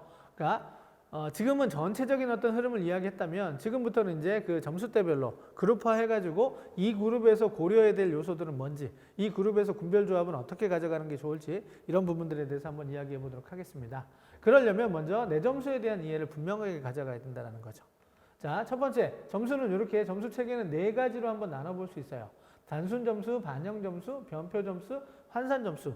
단순 점수는 그냥 받은 그거죠. 뭐 표점 합, 백분위 합 이런 것들. 그 다음에 반영 점수는 영역별 반영비를 고려한 거죠. 국어 20% 그러면 곱하기 0.2 하고 수학 30% 그러면 곱하기 0.3 이런 식으로 계산을 해서 나온 것. 그 다음에 변표 점수는 아까 말했죠. 탐구위원은 과목별 유불리가 발생하기 때문에 사실 그 점수를 그대로 쓰지 않는다. 중상위권 대학에서는 100분위를 기준으로 해서 새로운 표준 점수를 부여해 준다. 이게 이제 변환 표준 점수예요. 그러니까 이걸로 바꿔야 되죠. 그런 점수를 이제 변표 점수라고 하고요. 그 다음에 마지막 대학별 환산식에 따라서 계산한 점수, 환산 점수라고 합니다. 그러면 점수는 왼쪽에서 오른쪽으로 갈수록 가장 정밀한 점수가 되겠고요. 실질적으로 학부를 결정짓는 점수는 환산 점수이죠. 그러니까 환산 점수로 마지막 최종 점검을 해야 되는데 환산 점수라고 하는 것은 대학마다 조금씩 달라요. 그러니까 어느 대학은 뭐 700대에 만점, 어느 대학은 500대 만점, 어느 대학은 900대 만점 그래요. 그럼 이렇게 환산 점수가 돼 있다는 얘기는 뭐예요? 그 대학에 A 대학은 700대 점수고 B 대학은 900대 점수가 나오면 이 두 대학을 단순 비교하기가 어렵죠. 그럼 내가 어느 대학이 더 유리한지를 알기가 쉽지 않습니다. 그래서 자, 이 반영 점수나 변표 점수를 가지고 특히 반영 점수를 가지고 내가 유리한 대학, 불리한 대학을 좀 어느 정도 찾아보고요. 그 다음에 지원할 수 있는 범위를 잡는 것까지는 반영 점수를 하는 게 좋을 것 같아요. 그렇게 해서 이제 가군에서는 어느 대학에서 어느 대학, 그 다음에 나군에서 어느 대학, 다군에서 또 어느 대학을 지원한다라고 정해놓고 그 다음에 그걸 조합을 어떻게 찾을 거다라는 것을 정해놓은 다음에 마지막 환산 점수를 가지고 다시 한번 최종 점검, 합불 가능성을 점검하는 이런 단계를 거쳐가는 것이 필요하다라는 거 좀 말씀을 좀 드리도록 하겠습니다. 왜? 점수가 이렇게 달라져요. 자, 이런 성적을 가진 친구가 단순 점수, 표점이나 백분위 합은 381, 274 이렇게 돼요. 그런데 영역별 반영 비율을 고려하면 뭐 6점씩 올라가죠. 그 다음에 변표 점수를 쓰면 다시 또 조정이 돼요. 그러다가 대학별 환산식이 되면 이렇게 되니까 점수 체계가 다르기 때문에 이런 것들을 활용해서 정확하게 자기 점수, 자기 위치를 파악하는 것이 필요하다라는 말씀을 먼저 드리고요. 그러면 이제 환산 점수가 왜 중요한지 다시 한번 점검을 드리도록 할게요. 자, 환산 점수에 의해서 원점수 합계가 역전이 되는 사례를 한번 보여드리도록 하겠습니다. A학생과 B학생 단순 표점합으로 따져보면 어떻게 돼요? A학생이 7점이 높아요. 백분위 합으로는 7.5점이 높습니다. 그런데 A학생은 뭘 잘했어요? 국어를 잘했어요. 상대적으로. 그 다음에 탐구를 더 잘했죠. B학생은 A학생보다 잘한 게 뭐예요? 수학이에요. 자, 근데 이 친구가 서강대를 지원했다라고 가정을 했을 때 그러면 어떻게 돼요? 서강대는 수학 가형 선택자에게 10%의 가산점을 줘요. 그 다음에 수학의 반영 비율이 작년에는 46.9%, 올해는 45.9%로 약간 하향됐지만 수학의 영향력이 엄청나게 큽니다. 자, 이런 어떤 그 기준을 가지고 계산을 했더니 어떻게 돼요? A학생은 799.954, B학생은 802.98 나왔어요. 그래서 A학생은 7점이나 높았는데 환산을 하니까 B학생이 이 7점 높은 거를 역전을 시켜서 거의 3점 정도로 역전이 시켜졌죠. 그래서 A학생은 불합격, B학생은 합격 이렇게 됐어요. 그러니까 자, 이런 점수, 이 단순합을 가지고 지원 전략을 세웠다면 A학생이 B학생보다 뭐 불리할 거라고는 전혀 생각 못 하죠. 하지만 결과는 다르게 나온다라는 거. 그래서 제가 말씀드렸다시피 단순 점수를 가지고 지원 전략을 세우는 건 위험하다라는 말씀을 좀 드리도록 하겠습니다. 자, 그다음에 이제 최상위권 대학의 지원 전략부터 한번 살펴드리도록 할게요. 이제 그룹별을 할 겁니다. 자, 저희가 이제 뭐 대학을 서열화한다라는 거 참 말도 안 되고 비교육적인 거 맞습니다만 수시보다 이제 정시 지원을 할 때는 결국은 이렇게 점수상으로 이렇게 지원 전략을 좀 세울 필요가 밖에 없습니다. 많은 사람들이 그렇게 하다 보니까. 그래서 우리가 흔히 말하는 것처럼 뭐 의치안이 위에 있고요. 그 다음에 서영고가 있고 서성안이 있고 중경외시, 건동 뭐 이렇게 내려가는 그 흐름대로 갈 겁니다. 그래서 여기서 이제 처음에 보여드릴 최상위권 대학은 의치안 쪽이고요. 의치안 쪽의 고려사항과 지원 전략은 어떻게 세우는 게 좋을지 이걸 한번 설명드리도록 하겠습니다. 일단 첫 번째 영역별 난이도에 따라서 영역별 영향력을 점검하자. 아까 말씀드렸죠. 자, 이 구간에 지원할 수 있는 아이들은 뭐 100분위로 따지면 98, 99, 100 이 구간일 거예요. 그럼 그 구간에서 수학도 만점을 맞고 국어도 만점을 맞았을 때 수학 가형의 만점이 137점이었죠. 국어는 143점이었어요. 그러니까 반영 비율이 높더라도 국어를 잘한 친구가 조금 더 유리할 수 있으니까 국어 영향력이 크다. 이런 것들을 한번 생각해 볼 필요가 있다는 거고요. 그 다음에 의치안의 경우는 서울에만 대학이 있는 것이 아니라 뭐 수도권에도 있고 지방에도 있죠. 그런 대학들의 반영 지표를 쭉 늘어보면 표점을 반영하는 대학, 백분위를 반영하는 대학, 그 다음에 표준 플러스 변표를 반영하는 대학 이렇게 다양합니다. 그러면 그 다양한 반영 지표에 따라서 내가 어떤 지표를 활용하는 게 더 유리할지 이런 것들을 따져보는 게 필요하죠. 그 다음에 과탐2에 가산점을 주는 대학들이 이렇게 있습니다. 과탐2에 가산점을 주는 대학은 당연히 뭐예요? 과탐2를 응시한 학생들이 더 많이 지원을 하겠죠. 그 다음에 탐구 과목에서 과탐을 한 과목만 반영하는 또 대학도 있어요. 여기 지금 자료에는 제가 빠뜨렸네요. 그런 대학, 뭐 대구 가톨릭대라든가 조선대 이런 대학들은 탐구를 하나만 써요. 그럼 탐구 하나를 월등히 잘한 친구들 지원할 수 있겠죠? 그러다 보니까 거기에는 뭐예요? 합격선 예측이 조금 더 어려울 수 있죠. 그 다음에 영어도 마찬가지예요. 영어 반영 방법에 따라서 유불리가 달라질 수 있어요. 그래서 또 마지막 또 영역별 반영 비율에 따라서 당연히 어느 대학은 고르고 어느 대학은 수학이 높고 과학이 높고 뭐 이런 것들 다 따져보셔야 되겠죠. 그래서 나한테 유리한 내 점수 구조에 유리한 대학들을 찾는 게 필요하다라는 거. 아직도 그런 학생들 없으리라고 생각이 돼요. 뭐 우리가 비슷한 수준에서 건대하고 동국대인데 우리 집에서 건국대가 가까우니까 나는 건국대 갈 거야. 반영 지표라든가 아니면 영역별 반영 비율에서 홍익대가 유리하면 나는 홍익대를 가는 게 맞죠. 그래야지만 합격 가능성을 더 높일 수 있으니까. 이런 부분들 반드시 생각을 해주시는 게 필요할 것 같습니다. 자, 의예과만 한번 군별 모집 현황을 한번 보도록 할게요. 자, 가군, 나군, 다군 중에서 가군이 제일 많죠. 그 다음에 나군, 다군 이 순서입니다. 자, 모집 인원이 많은 데는 한번 이렇게 기억을 해두실 필요가 있을 것 같아요. 모집 인원이 많으면 상대적으로 안정성이 좀 있죠. 지원할 때. 물론 경쟁률에 영향을 받지만. 그래서 이렇게 모집 인원이 많은 쪽을 한번 기억을 해두시면 좋을 것 같고요. 자, 그러면 의대에서 지원 전략을 세운다라고 할 때 출발점이 어떻게 될 거냐라는 걸 보면 먼저 내가 최상위권이에요. 근데 내가 2를 선택했어요. 그러면 어디가 출발점이 되냐면 가군에 있는 서울대가 출발점이 되겠죠. 2를 선택한 최상위권. 그러면 그 서울대를 선택한 친구들이 나군에 어디를 쓸 거냐? 나군에 연세대, 성균관대, 고려대, 가톨릭대 이 중에서 하나를 쓸 겁니다. 점수가 높을 거니까요. 그런데 보면 서울대를 선택한 친구들 중에 점수가 높은 친구들은 연세대하고 성균관대, 고려대, 가톨릭대, 울산대들 중에서 연세대하고 가톨릭대를 선택한 친구들이 좀 많아요. 그래서 이 두 대학은 추합이 좀 돌죠. 추합이 돈다는 얘기는 서울대하고 묶였을 때 추합이 돌죠. 가군에서 연세대하고 가톨릭대를 넘어설 수 있을 만한 의대는 없습니다. 자, 그러면 상대적으로 성균관대라든가 울산대라든가 고려대는 마찬가지로 추합이 좀 덜 돌아요. 그 말은 서울대하고 묶이는 확률이 조금 경우의 수가 적다라는 얘기가 되겠죠. 자, 그 다음에 서울대를 내가 선택을 했는데 점수가 아주 높지는 않아요. 그러면 생각할 수 있는 대학이 어디 있어요? 이제 한양대쯤 됩니다. 왜죠? 한양대는 2 과목 선택자에게 3%의 가산점을 줍니다. 그러니까 2를 선택한 조합으로 이렇게 될 수 있죠. 자, 그 다음에 내가 원원 조합으로, 그러니까 탐구 2를 선택하지 않고 원원 조합으로 고득점자라면 이쪽에서부터 출발할 거예요. 연세대, 성균관대, 뭐 가톨릭대, 울산대 이쪽부터 출발을 할 겁니다. 그럼 이쪽에서 출발을 하고 나면 이제 가군으로 넘어가겠죠. 가군으로 넘어가면 경쟁력이 있는 학생, 원원을 선택했기 때문에 서울대를 쓸 수는 없죠. 그럼 그 다음에 갈 수 있는 게 어디예요? 경희대, 중앙대, 뭐 이화여대 이쯤 되겠죠. 근데 이화여대는 추가 합격자가 작년에 많이 돌진 않았어요. 그러면 이화여대 조합보다는 경희대하고 중앙대 조합이 많겠죠. 그 다음에 이제 경희대, 중앙대를 쓰는 친구들은 그러면 나군에 어떻게 할 거냐? 또 이렇게. 지금 이렇게 지그재그 이렇게 내려오는 거 보이시죠? 이런 거에 따라서 추합의 흐름이 우리가 생각을 해볼 수 있기 때문에 추합의 흐름을 따라서 나의 점수에 따라서 지원 전략을 세우시는 게 필요하다는 거죠. 그럼 그때 내가 기준점을 어디를 잡을 것이냐? 가군부터 출발할 거냐? 나군부터 출발할 거냐예요. 그래서 내가 어느 쪽에서 내가 안정 지원을 하고 어느 쪽에서 소신 상향 지원을 할 것이냐? 이런 부분에 말이 꼬입니다. 죄송합니다.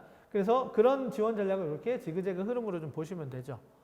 자, 가군 쪽에는 어느 대학이 많냐면 잘 보시면 뭐 지금 전북대, 전남대, 그다음에 경북대, 경상대, 부산대, 지방 국립대가 상당히 많이 포진해 있죠. 물론 나군에도 일부 있어요. 나군에도 보시면 지금 충북대 같은 지방 국립대가 있지만 대부분 지방 국립대는 가군에 좀 포진을 해 있고요. 자, 그럼 이렇게 가나군의 조합을 잡고 나면 이제 다군은 모집 인원이 지금 가군의 한 절반도 안 되죠. 그렇다는 얘기 무슨 말인가요? 이 다군에서의 모집 인원이 적기 때문에 의대를 쓰는 친구들은 가나 다군을 다 의대 쓸 가능성이 높죠. 그럼 경쟁률 여기가 훨씬 더 높아져요. 경쟁률도 많이 높고 당연히 가나군의 쪽으로 추합 이동이 흐르기 때문에 이쪽에선 추합이 계속 발표가 돼요. 그럼 안정성이 좀 덜하죠. 그래서 다군을 안정적으로 걸어온다는 것은 조금 위험한 전략일 수 있습니다. 따라서 가나군 조합을 어떻게 잡느냐에 따라서 이제 다군을 결정하면 되는데 다군에서는 주로 이제 지역적인 범위로 결정되는 경우가 많습니다. 서울 수도권의 상위권 학생들은 뭐 순천향대를 많이 선택을 하겠죠. 그에 비해서 부산 쪽은 뭐 고신대를 선택할 가능성이 있고요. 그 다음에 대구 경북 쪽은 계명대를 선택할 가능성이 좀 있겠죠. 그래서 그런 것들 따져보시면서 이제 지원 전략을 좀 세우시면 좋을 것 같고요. 그 다음에 치대는 지금 보니까 어떻게 되죠? 가군에 역시 모집 인원이 많고요. 그 다음에 한의대는 나군 쪽이 많습니다. 일단 모집하는 대학이 많은 쪽부터 기준점을 잡아서 나머지 군을 이제 선택을 해주시면 좋을 것 같고요. 그다음에 치대 중에서 이제 서울대 치대는 5명밖에 안 모집을 하지만 어쨌든 모집을 시작하고 있기 때문에 영향을 좀 줄 거고요. 경희대 치대, 연세대 치대, 특히 이제 연세대 치대 같은 경우는 의대하고 같이 묶여서 지원 전략을 세우는 경우가 좀 있습니다. 그러니까 이제 가군에서 의대를 쓰면서 나군에서 내가 웬만한 의대를 쓰기가 좀 부담스럽다라고 생각을 했을 때 이제 치대까지도 선택지에 들어오는 경우도 있다. 일부 학생들의 경우. 이런 것들도 한번 참고를 해 보시면 좋을 것 같습니다. 자, 그 다음에 이제 반영지표에 따라서 의예과를 분리해 보면 서울 쪽은 전부 다 표준 플러스 변표 체제이기 때문에 뭐 반영지표에 따른 유불리를 생각할 이유가 없어요. 하지만 이제 지방에 있는 대학들은 이렇게 다양해요. 그럼 이렇게 다양하다는 얘기는 뭐예요? 나한테 유리한 반영지표를 찾아가는 게 필요하죠. 왜냐? 의치한 의대 쪽은 정말로 최상위권이고 점수가 0점 몇 점 차이로 당락이 결정될 수 있어요. 그런데 내가 표점을 반영하는 대학을 가면 100분위보다 내가 1점 정도가 더 올라갈 수 있는데 굳이 내가 100분위 반영 대학을 찾아갈 이유가 없죠. 그래서 그런 부분들을 잘 생각해 두시면서 지원 전략 세우셔야 됩니다. 자, 그 다음에 이제 최상위권, 여기서 말하는 최상위권 이제 2인데요. 서울대, 연세대, 고려대입니다. 여기서 고려해야 될 건 뭐냐? 첫 번째 건 필요 없어요. 표준 플러스 변표는 다 똑같으니까. 그러면 제2외국어, 인문계 쪽에서 제2외국어 대체가 되느냐 안 되느냐예요. 자, 연세대는 대체가 돼요. 하지만 고려대는 안 되죠. 그럼 어떻게 해요? 당연히 내가 제2외국어 점수를 잘 받아서 대체가 될 수 있으면 점수가 올라가는데 굳이 대체가 안 되는 고려대를 쓸 이유가 없죠. 자, 그 다음에 영어입니다. 영어 두 번째. 서울대하고 고려대는 영어 2등급이어도 크게 불리하지 않아요. 뭐 불리하죠, 조금은. 그런데 영어는 영어 2등급이면 불리해요. 그럼 내가 영어를 2등급을 받았다. 그럼 어떻게 해요? 연대보다는 고대 쪽으로 쓰는 것이 절대적으로 유리하죠. 그러니까 이런 것들을 좀 생각해 두시면서 지원 전략을 세우실 필요가 있다는 거고, 이제 경쟁률 당연히 살피시는 거고요. 충원 합격 현황, 추합의 흐름 이런 것들 살펴보시는 거 필요한 거죠. 자, 뭐 영역별 반영 비율은 어떤 자료에도 다 나와 있는 거니까 뭐 그냥 넘어가도록 하겠습니다. 이건 설명하지 않고 그냥 따져보시면 된다는 거죠. 나한테 유리한. 내가 수학을 잘했다. 그러면 서울대 수학 반영 비율이 더 높잖아요. 뭐 이런 식으로. 그 다음에 탐구 이쪽은 16.7%, 이쪽은 20%가 넘어요. 이렇게 이제 따져보시면 되죠. 자, 그래서 이건 설명드리지 않고 넘어가겠습니다. 자, 그러면 이제 군별 점수대별 모집 인원. 자, 군별로 지원 전략을 어떻게 세우느냐. 이게 이제 필요한 거죠. 그러니까 어느 군에서 내가 소신 상향 지원을 하고 어느 군에서 안정 지원하는 게 더 가능성이 높냐. 이런 부분들 한번 따져보실 텐데 군별로 모집 인원 쭉 이렇게 되어 있습니다. 자, 여기는 인문계이긴 하지만 미리 말씀드리지만 자연계 쪽 의치한 인원은 다 빼고 나머지 인원을 정리한 거고요. 그 다음에 제가 이제 참고한 자료 제가 옮겨오는 과정에서 오류가 좀 있을 수 있기 때문에 이런 부분들은 마지막 최종 모집 요강을 통해서 최종 확인하시는 게 좀 필요하다라는 거 좀 말씀을 좀 드리겠습니다. 자, 그러면 요 최상위권 학생들은 어디부터 출발하느냐? 여기부터 출발을 해야 되겠죠. 나군에 고려대하고 연세대를 쓰는 학생은 가군에 어디를 써요? 서울대를 쓰겠죠. 점수가 좋은 학생들. 하지만 점수가 좀 부족한 학생들은 어떻게 써요? 지금 서강대, 성균관대, 한양대, 이화여대를 쓸 수 있겠죠. 그러면 추합의 흐름이 이렇게 간다라는 거죠. 이렇게 지금 화살표 방향대로. 그렇게 이제 생각해 보시면 됩니다. 자, 자연계는 어떻게 되죠? 지금 의치한들끼리 왔다 갔다 해요. 그리고 이제 뭐 치대, 한의대 좀 점수가 낮은 의치한 희망 학생들은 서울대 공대, 연세대 공대가 이제 선택지에 포함이 될 수 있겠지만 대부분은 이렇게 의치안에서 가나다고는 다 의치안을 쓰는 경우가 많아요. 그러면 똑같아요. 나머지는 이렇게 움직임이 이루어지겠죠. 자연계하고 똑같습니다. 인문계하고 똑같습니다. 이런 구조. 그래서 나군에 연세대, 고려대를 쓰면 가군에 서울대를 쓸 거냐 아니면 성균관대, 서강대를 쓸 거냐. 여기 들어가면 이제 또 달라져요. 모집 인원이 성균관대 300명이죠. 넘죠. 한양대는 114명밖에 안 돼요. 그러면 성균관대하고 서강대에는 선택지가 되겠지만 한양대는 또 선택지가 안 될 수도 있어요. 자세히 보시면 같은 구간이지만 모집 인원이 많은 주력 구간이 보이죠. 자, 이쪽에서는 지금 서강대, 성균관대가 주력이에요. 이쪽에서는 어떻게 돼요? 서강대는 빠지죠. 성균관대하고 한양대가 주력이 되는 거죠. 그러니까 이렇게 생각을 하시면서 지원 전략 세우시면 좋을 것 같아요. 자, 상위권 대학입니다. 상위권 대학. 뭘 고려할지 한번 보도록 할게요. 이 구간은 이제 서성안이라고 하는 구간이죠. 서강대, 성균관대, 한양대, 이화여대 이런 구간인데, 자, 역시 반영지표는 똑같아요. 그런데 수학은 서강대가 진짜 좀 특이하죠. 수학 반영 비율이 조금 변경을 했지만 여전히 높아요. 그 다음에 밑에 보여주겠지만 서강대는 수학 가형 선택자에게 10% 가산점을 줘요. 이 두 가지 때문에 서강대는 수학을 특히 수학 가형을 잘한 학생들이 많이 넘어가죠. 어디로? 인문계로도 갈 수 있어요. 자, 그거 이따 좀 설명을 드리도록 하겠습니다. 자, 제2외국어 하면 대체가 되는 것이 성균관대, 한양대, 이화여대. 대체가 안 되는 대학이 서강대. 이런 특징들이 있으니까 좀 한번 따져주시고요. 그 다음에 한양대는 과탐 2에 3%의 가산점을 준다라는 거 기억하셔야 되고, 그 다음에 성균관대가 군별 모집 단위를 이동했어요. 근데 좀 의미가 크죠.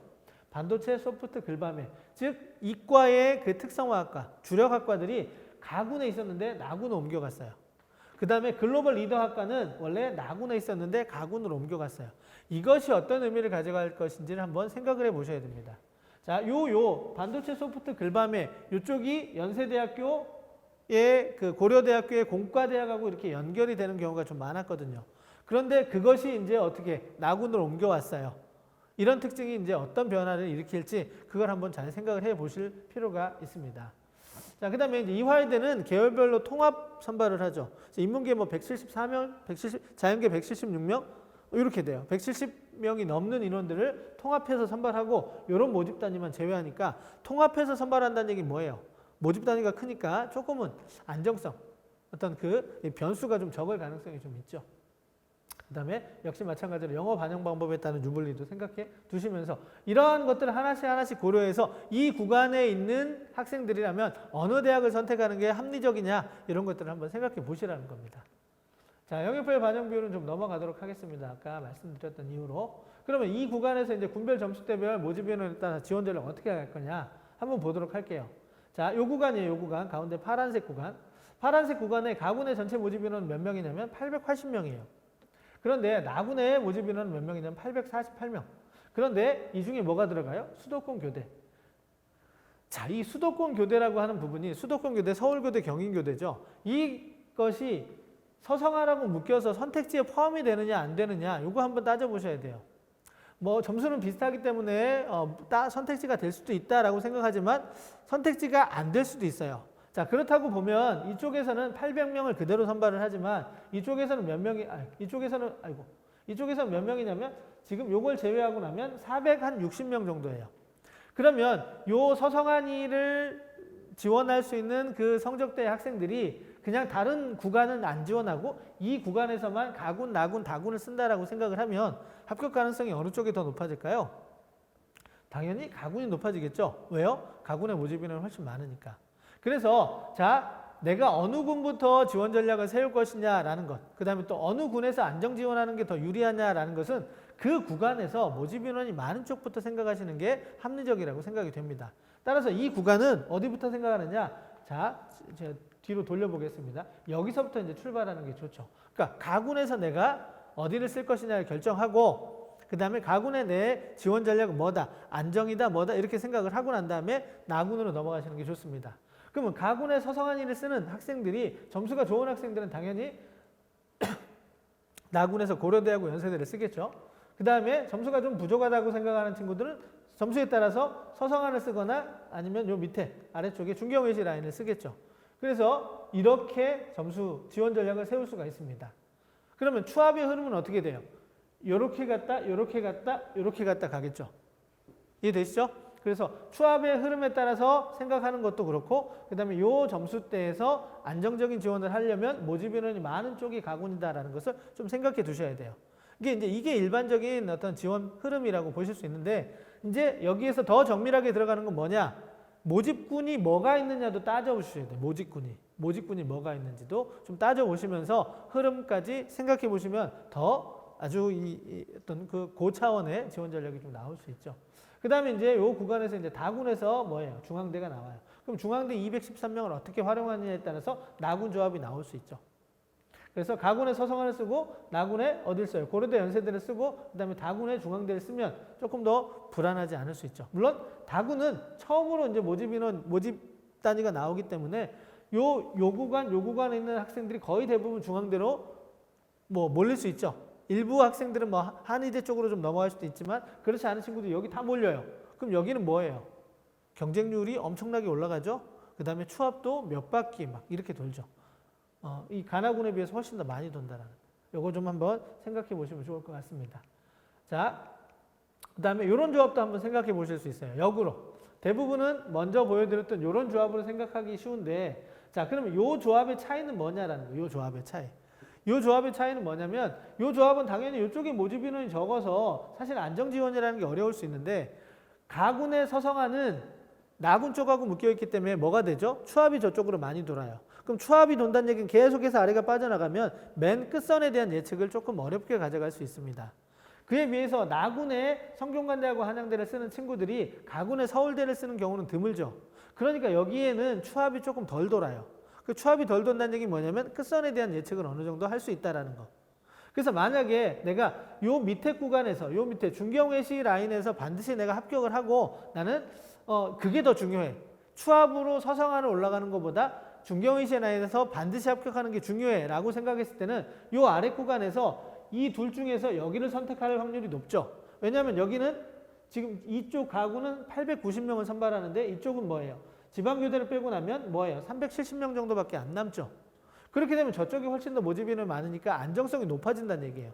그랬을 경우에는 이렇게 연두색과 같은 방향으로 흐를 수 있다는 거. 이런 조합도 있을 수 있으니까 자신의 성향에 따라서 절대적인 뭐가 있는 건 아니에요. 절대적인 뭐가 있는 것이 아니라 자신의 성향이 어떠하냐, 내가 무엇을 선택하는 게 더 좋으냐에 따라서 이렇게 다양한 조합, 경우의 수가 나올 수 있다는 걸 생각해 두시면 좋을 것 같습니다. 자, 자연계도 크게 다르지 않습니다. 이렇게 이제 올라가고 이렇게 채워지는. 그 다음에 이쪽에서도 이제 중앙대가 나오게 되고요. 아까처럼 이렇게 생각할 수 있는 부분도 있죠. 여기는 특히나 중앙대밖에 없어요. 그래서 요 조합을 생각하기가 쉽지 않죠.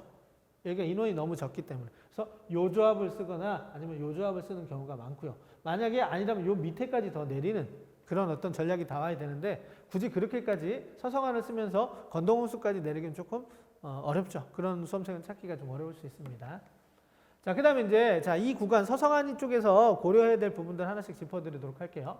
서강대가 수학 가형에 가산점 10%를 준다라고 이야기를 했습니다. 이게 이제 어느 정도의 영향력을 줄 거냐라는 거죠. 자, 작년에 서울특별시 교육연구정보원에서 수합한 사례를 보니까 서강대 인문계열에 지원한 학생들이 총 78건이었어요. 근데 그 중에서 수학 가형을 선택하고 지원한 아이들이 24건이었어요. 자, 근데 그 중에서 합격한 친구들이 있어요. 8건. 가형을 선택했다는 얘기는 뭐예요? 자연계 학생이에요. 근데 자연계 학생이 인문계로 교차 지원을 해가지고 합격을 했습니다. 8명이. 그런데 점수를 보면 작년에는 이런 구조였다라는 거죠. 수학 가형을 선택했을 때 만점을 맞으면 134점, 수학 나형을 선택했을 때 만점을 맞으면 149점. 즉 가형에 10% 가산점을 맞아도 뭐예요? 13.4를 더해도 149가 안 돼요. 그러니까 나형이 훨씬 더 유리했던 그런 환경이었습니다. 가형에 아무리 가산점을 준다 하더라도. 그런데도 불구하고 이렇게 많은 인원이 넘어갔어요. 그리고 합격까지 했다는 얘기죠. 자, 한번 보니까 왜 그러느냐. 인문계 교차 지원한 학생들의 수학 가형의 100분위 평균은 92.5. 자연계 합격자들의 수가 100분위 평균은 95.8. 그러니까 자연계 쪽으로 지원하기에는 좀 어렵다라고 생각하니까 가산점 노리고 한번 지원을 해본 거예요. 그랬더니 합격을 했다라는 거죠. 물론 이건 표본이에요. 표본이니까 다시 한번 말씀드리지만 일반화할 수는 없습니다만. 자, 그럼 올해는 어떻게 되느냐? 올해는 점수가 어떻게 돼요? 여기 점수가 137이에요. 여기 점수는 140이에요. 차이점은 3점밖에 안 나요. 그러니까 작년보다 이 간격이 굉장히 좁혀져 있기 때문에 올해는 가산점을 받으면 수학 나형의 만점을 쉽게 넘어서죠.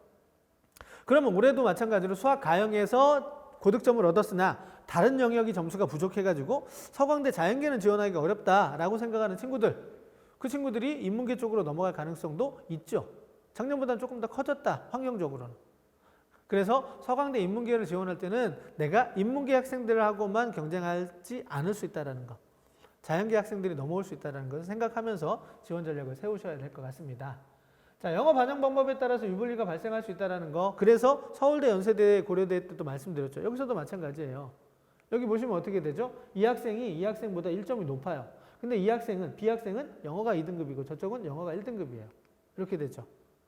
자, 그렇게 됐을 때 서강대를 쓰면 어떻게 되느냐? 당연히 영어 2등급이어도 이 학생의 점수가 한 사람은 높아요.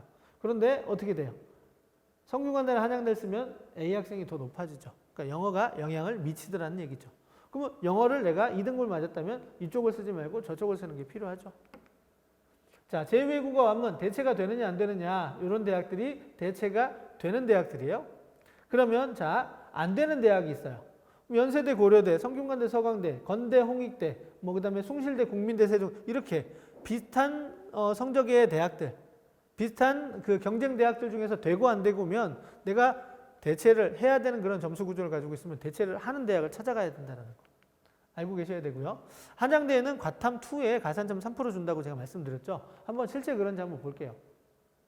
2019 대입에서 144건의 표본 중에서 성균관대 합격자 중에 과탐 2를 선택한 친구는 13.2%. 자, 그런데 한양대는 어떻게 돼요? 자, 119명 중에 38.7%. 작년에는요, 표본이 좀 적었어요. 하지만 성균관대에 과탐 2를 선택하고 합격한 학생들은 거의 없었죠. 하지만 한양대는 꽤 많았어요. 그러니까 이 과탐 2를 선택한 아이들을 가산점을 노리고 한양대를 좀 많이 쓰더라.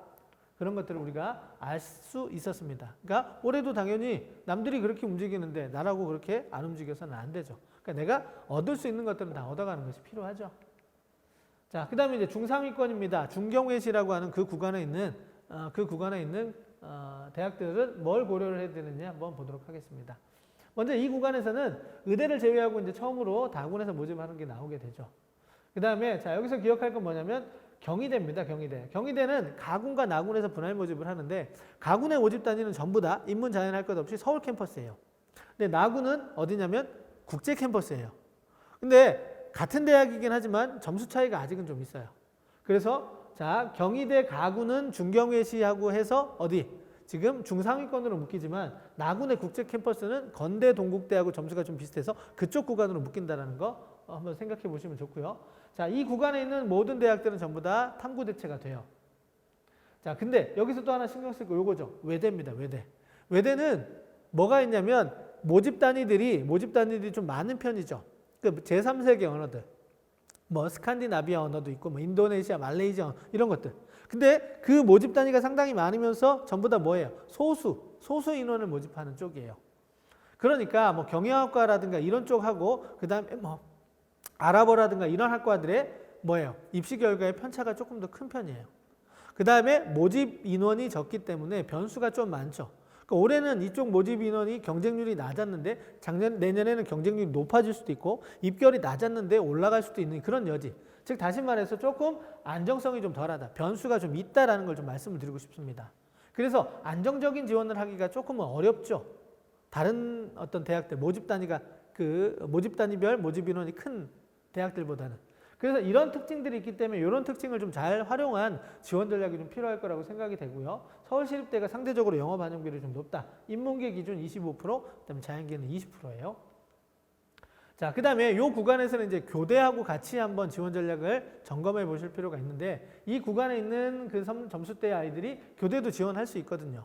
그래서 이 구간에 있는 아이들이 교대를 쓰고 여기를 쓸 거냐 안 쓸 거냐 요거에 따라서 좀 달라지죠.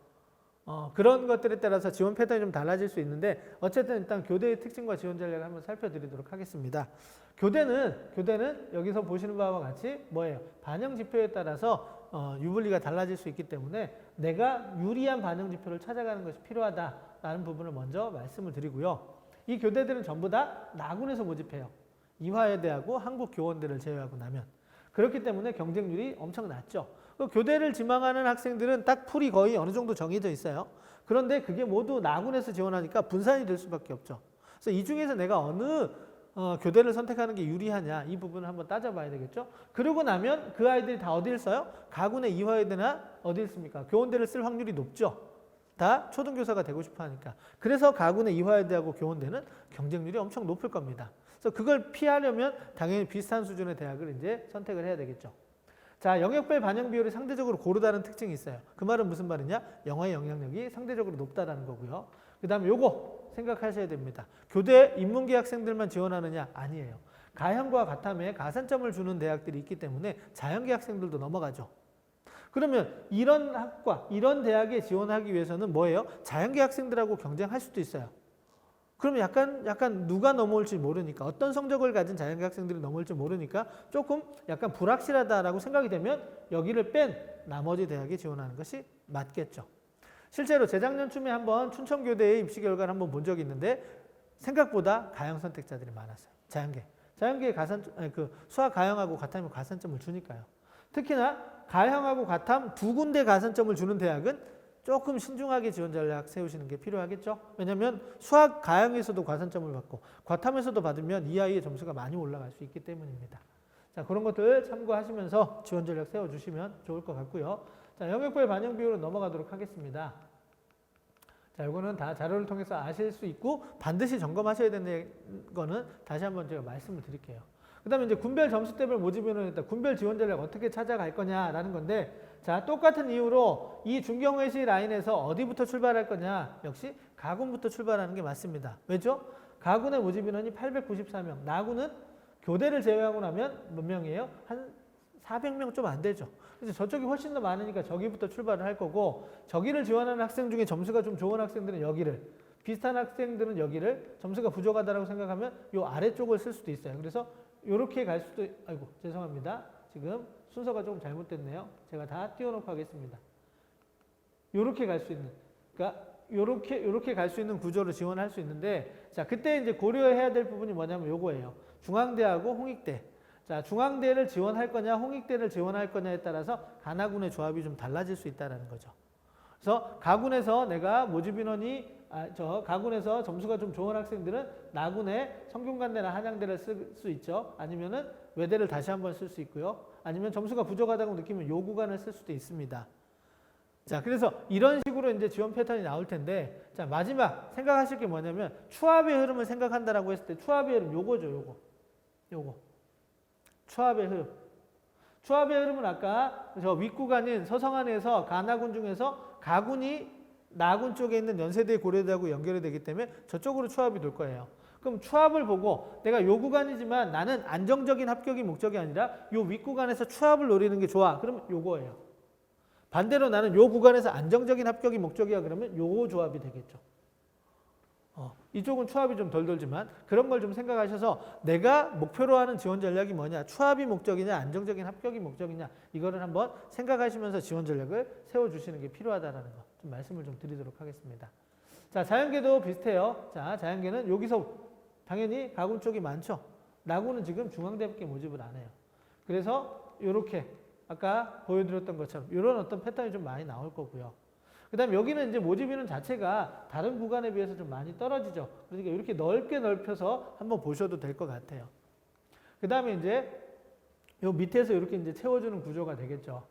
자, 그 다음에 중앙대하고 그 다음에 여기 건국대, 홍익대까지가 있으니까 여기를 선택한다면 당연히 요렇게 그러니까 여기 그 다음에 여기 다시요. 자, 만약에 여기를 선택한다면 이 나군에서 다시 중앙대를 안 쓸 수 있기 때문에 여기하고 이렇게 갈 수 있겠죠.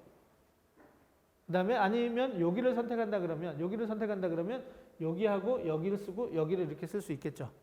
그래서 지원 전략을 언제 어떻게 잡아갈 것이냐를 한번 따져보시면서 해보시면 좋을 것 같고요. 그 다음에 자연계 쪽, 인문계 쪽 설명할 때하고 마찬가지입니다. 이렇게 지금 추합의 흐름을 생각하신다면 가군 쪽에 추합이 많이 돌 거기 때문에 이렇게 갈 건데, 그렇게 하자고 보기에는 뭐가 돼요? 여기가 지금 모집인원이 너무 적죠. 그래서 이렇게까지 내려서 한번 자연계 쪽에서는 나군을 좀 많이 낮추고 가군을 좀 올리는 이런 어떤 전략도 한번 생각을 해보실 필요가 있습니다. 그러니까 내가 목적이 안정적인 합격이냐 아니면 추합을 노리고 하는 소신 상향 지원이냐, 이쪽에 따라서 선택할 수 있는 조합은 좀 달라질 수 있다라고 생각이 됩니다. 자, 그 다음에 이제 중위권 소재 대학을 한번 보도록 할게요. 자, 이 구간에서의 특징은 뭐냐면 이제 분할 모집이 좀 많아지고 있다는 거고요. 그 다음에 숙명여대처럼 모집 단위 계열에 따라서 수능 반영 방법이 다른 대학들이 좀 많다라는 거 좀 말씀을 드리고, 요거 기억하셔야 되겠죠. 자, 건국대 자연계열은 영어 2등급까지 만점 처리해요. 그 다음에 탐구 대체에서 홍익대만 안 되고 나머지는 다 되고요. 더 중요한 건 이겁니다. 이제부터 반영 지표가 다양해지죠. 요 윗구간에서는 전부 다 뭐였어요? 표준 플러스 변표 체제였어요. 그런데 여기서부터는 이제는 반영 지표가 다양해지고 있다는 거. 그래서 표점 플러스 변표를 반영하는 대학, 표준 점수만 반영하는 대학, 100분의 1을 반영하는 대학, 이렇게 다양해지고 있기 때문에 나한테 유리한 반영 지표를 찾는 것이 필요하다. 이제 그것이 시작된다라는 걸 좀 말씀을 드리겠습니다. 자, 영역별 반영 비율은 역시 생략을 하고 넘어가도록 하겠습니다. 자, 자료에서 반드시 확인하시고요. 요거죠. 자, 서울에 있는 대학들의 반영 지표에 따라서 대학을 분류해 보면 이렇게 되는데, 요 구간 중에서 이제 점수대가 내가 선택할 수 있는 구간, 서울대하고 건국대를 동시에 놓고 선택을 하지는 않잖아요, 일반적으로. 그러니까 서울대 반영지표하고 건국대 반영지표를 차이를 두는 것이 필요가 없다라는 거죠. 그런데 여기서 지금 건국대, 동국대, 광운대, 숭실대, 세종대 여기는 선택할 수 있는 구간이에요. 내가 요 점수대라 하더라도 소신상향 지원으로 이쪽을 선택할 수 있고요. 이쪽 점수대라도 안정 지원으로 아래 구간을 선택할 수 있기 때문에 요 구간 안에서 내가 어떤 반영 지표를 선택하는 것이 유리하냐, 요거를 반드시 따져보시는 게 필요하다는 거죠. 건대, 동국대, 표준 플러스 변표. 홍익대는 그냥 표준 점수예요. 백분위는 숙명여대. 그러면 표준 점수하고 백분위를 그대로 반영하는 쪽은 아까 탐구 과목에서 뭐예요? 좀 어려웠던 과목을 선택해서 거기서 고득점 얻은 친구들은 표점이 많이 올라가고 백분위도 많이 올라가죠. 뭐 이런 것들이 이제 유불리가 나올 수 있어요.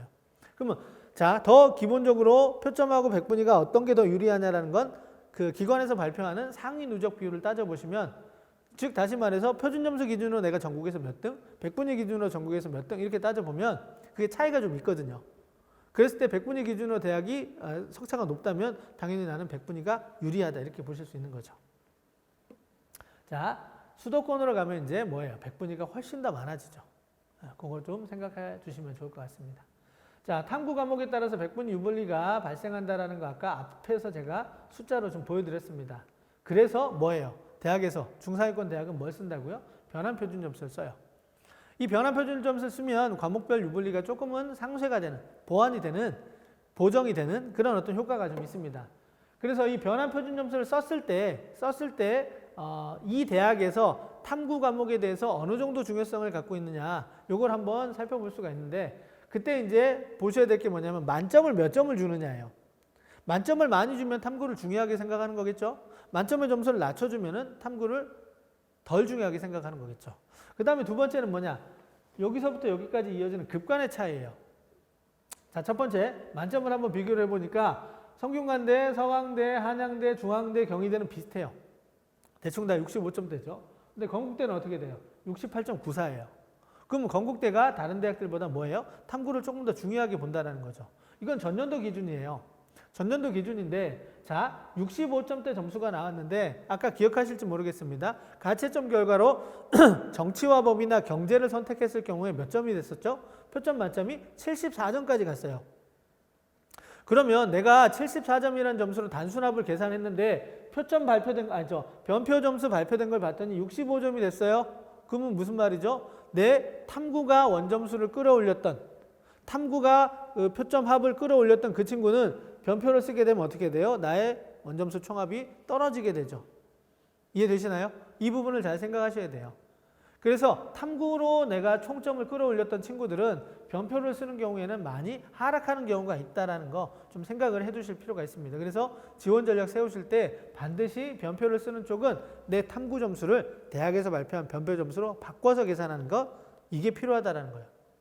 그러니까 의미 없는 거예요. 내가 수능 성적표상에 받은 그 점수는 안 쓰는 거예요. 여기서는. 거기서 표점이 67점이라고 해서 그걸 쓰는 것이 아니라 백분위가 95면 95에 해당하는 이 점수를 다시 바꿔서 계산을 해주기 때문에 변표로 계산을 해주는 거, 요거 이제 많은 학생들이 놓치는 부분이죠. 그래서 내가 표점합으로 점수가 높았는데 변표 점수를 써서 결국 환산해 보니까 불합격이 나와요. 왜 불합격이 나오지? 내가 얘보다 높은데? 그거는 이제 그 친구는 국수가 좋았을 거고, 그 다음에 우리 친구는 탐구가 좋았을 거라는 거예요.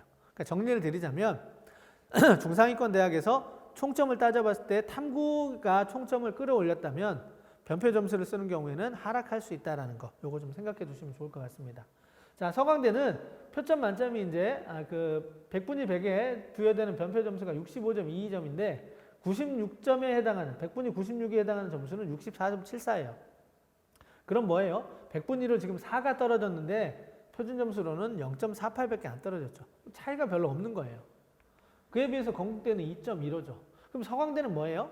탐구를, 특히 사탐을 별로 안 중요하게 생각한다 라는 걸 생각해 보실 수 있죠. 그 다음에 자연계 과탐입니다. 과탐을 보니까 성균관대는 68, 한양대 67, 중앙대 68, 경희대 68 그래요. 근데 서강대는 66이에요. 그럼 뭐예요? 과탐도 다른 대학에 비해서 서강대는 덜 중요하게 생각하는 거죠. 즉 다시 말해서 서강대는 탐구를 잘하는 학생들을 별로 좋아하지 않는다는 거예요. 그러니까 탐구가 총점합을 끌어올린 친구는 서강대에 쓰면 자기 점수에서 많이 손해를 봐요. 이거는 이제 알고 지원을 하셔야 되겠죠. 자, 극한 차이를 보니까 서강대는 2.39, 건국대는 100에서부터 96까지의 거리예요. 요거는 이제 좀 차이가 있죠. 하지만 한 4점 정도 내려오는 점수가 2.54로 좁혀졌기 때문에 전체적으로 중상위권 대학에서는 탐구를 조금은 덜 중요하게 생각한다라는 부분. 그러니까 탐구를 잘한 친구들은 좀 신중해야 된다는 거 다시 한번 정리를 드리도록 하겠습니다. 그 다음에 이제 수학 가형 지정대학 아까 수학 가형 선택자들, 수학 가형 응시자들의 인원 변화를 한번 살펴야 된다라고 말씀드렸죠. 올해도 이제 추정해보면 한 10,000명 정도 줄어들 거라고 생각을 하는데 예상이 되죠. 그런데 수학 가형 지정대학은 서울대, 연세대, 고려대부터 쭉 해서 건대, 동국대, 홍익대 라인부터 해서 그다음에 국순세단의 일부, 그다음에 지방국립대가 가형을 지정해요. 이 모집 단위의 모집 인원은 전년도하고 비교했을 때 별로 안 줄어들었어요. 오히려 늘었을 가능성이 있어요. 그런데 경쟁할 수 있는 학생, 수학 가형 선택자는 또 10,000명이 줄었어요. 그러면 입시 결과가 하락할 가능성이 있겠죠. 그런데 문제는 뭐냐면 상위권 서울대, 연세대, 고려대를 지원한 가형 선택자들의 점수가 하락하지는 않겠죠. 어느 정도 영향을 미치겠지만 내려올수록 그 영향이 커져요. 그래서 가형 지정대학의 끝선이라고 할 수 있는 부분에는 이제는 수학 가형의 고득점자가 위로 다 빠지고 나니까 여기는 상대적으로 적을 거란 얘기예요. 올해는 10,000명이 더 줄었으니까 더 그렇겠죠. 그래서 내가 수학 가형 지정대학의 경쟁률을 한번 살펴보시면 가형 지정대학이긴 하지만 가형 지정대학의 끝선은 경쟁률도 낮아질 가능성이 있지만 실질적으로 점수가 괜찮은 친구들은 더 줄어들 가능성이 있다는 거예요. 그래서 가형 지정대학의 좀 아래 밑에 있는 대학의 전년도 입시 결과 이건 사례입니다. 사례를 한번 보니까 어떻게 돼 있어요?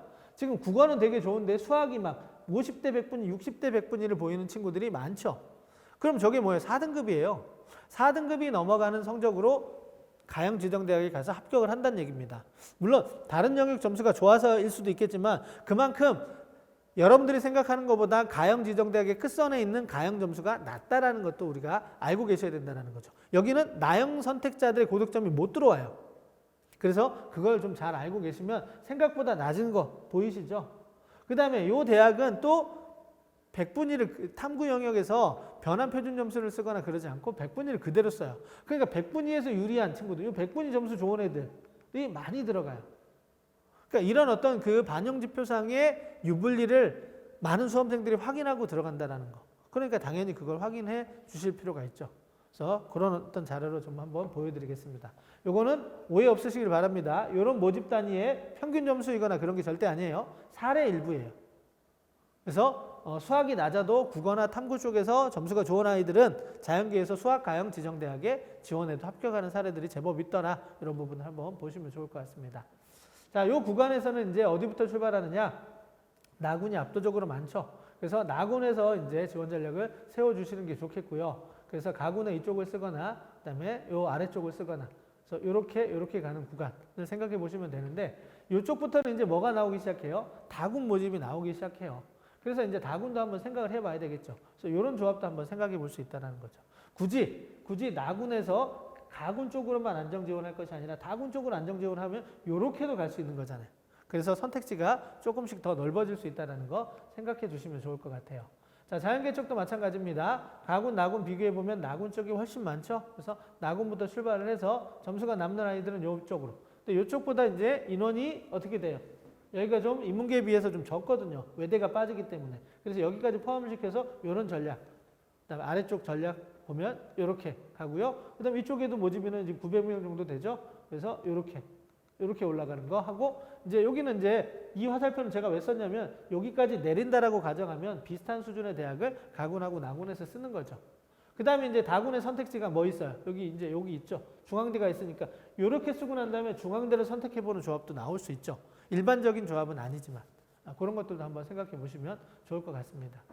자, 그 다음에 여기에는 지금 이 구간에서는 홍익대가 452명으로 인문계보다 훨씬 더 크니까 요것도 이제 선택 조합에 넣어주면 됩니다. 물론 여기까지는 이제 추합이 많이 도는 약간 불확실한 구간이기는 해요. 근데 이제 이쪽까지 내려가면 이 불확실성이 조금 상쇄되죠. 그래서 우리가 흔히 그 얘기합니다. 야, 가나군에서 무조건 안정적으로 써야 돼. 다군에서는 아니야. 다군은 불안해. 요 윗구간은 맞아요. 근데 아래로 내려오면서 그 불확실성이 조금은 상쇄가 돼요. 그리고 모집 인원들도 보세요. 이쪽 구간에서 보면 모집 인원이 다군에서 엄청나게 많죠. 이렇게 늘어나고 있다는 거 보실 수 있습니다. 자, 그래서 이제 그 다음 구간을 한번 보도록 할게요. 국sun세단, 인서울대 이제 요 구간을 한번 보시면, 자, 여기도 마찬가지로 900명, 300명이니까 여기서부터 출발을 해야 되겠죠? 그래서 요렇게, 그다음에 요렇게 가는 조합. 근데 이쪽에는 뭐도 있다고요? 이쪽에 다군도 있어요. 그래서 요렇게 가는, 요렇게 가는. 네, 요런 조합들도 한번 생각해 보실 수 있습니다. 자, 그 다음에 마지막 요 아래쪽에 있는 이제 수도권 주요 대학하고 인서울 끝자락에 있는 대학들은 어떻게 돼요? 여기에서 워낙 모집 인원이 많죠. 워낙 많으니까 여기에서 이제 왔다 갔다 하면서 위에 어떤 그 지원 조합의 패턴보다는 아주 다양한 그런 조합들이 나올 수 있기 때문에 여기는 저희가 정리하기가 좀 쉽지는 않습니다. 케이스 바이 케이스로 이제 확인을 해 두셔야 될 것 같아요. 자, 자연계도 똑같습니다. 이렇게 가죠. 이렇게도 갈 수 있는 이런 구조가 된다는 거. 당연히 뭐 요 구간에서 가나다군 다 써도 돼요. 가나다군을 다 같은 대학으로 써도 되죠. 근데 그렇게 쓰는 거는 사실 위험하죠. 다 붙거나 다 떨어지거나. 그래서 저는 제가 만약에 저한테 상담을 받는다면 저렇게 같은 구간으로 다 쓰는 것은 사실은 좀 피하게 저는 조언을 합니다. 그래서 좀 차이를 둬서 한쪽은 적정하게 반드시 합격을 할 수 있을 가능성이 높다면 한쪽은 조금 올려봐야죠. 그렇다고 해서 막 무리하게 올리는, 두 구간씩 올리는 건 아니에요. 한 구간 정도는 올리면 추합이 어떻게 이동을 할 것이냐를 한번 살펴보면 이쪽에서 추합이 좀 많이 빠질 구간이다라고 생각하면 거기를 내가 추합을 보고 쓰면 의외로 합격할 수 있잖아요. 그렇게 되면 내가 조금 더 선호도가 높은 대학을 갈 수 있는데 굳이 비슷한 수준으로 다 쓰는 거는 별로 바람직하지 않다라고 생각이 됩니다. 하지만 꼭 붙어야 돼. 이번 정시에 꼭 붙어야 돼. 난 재수는 정말 싫어. 라고 생각하면 세 군데를 다 붙는 것도 뭐 생각할 수 있는 부분이죠.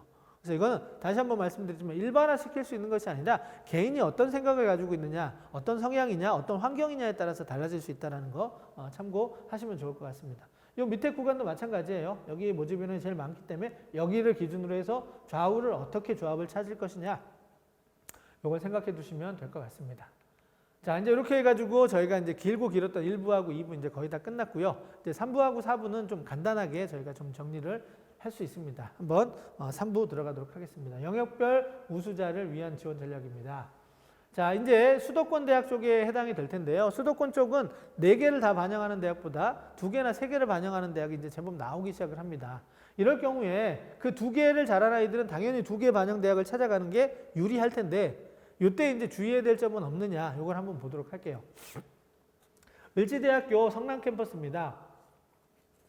일반 전형 1이 있고 일반 전형 2가 있어요. 일반 전형 1은 여기 보시는 것처럼 3개 영역을 반영하고요. 일반 전형 2는 2개 영역을 반영합니다.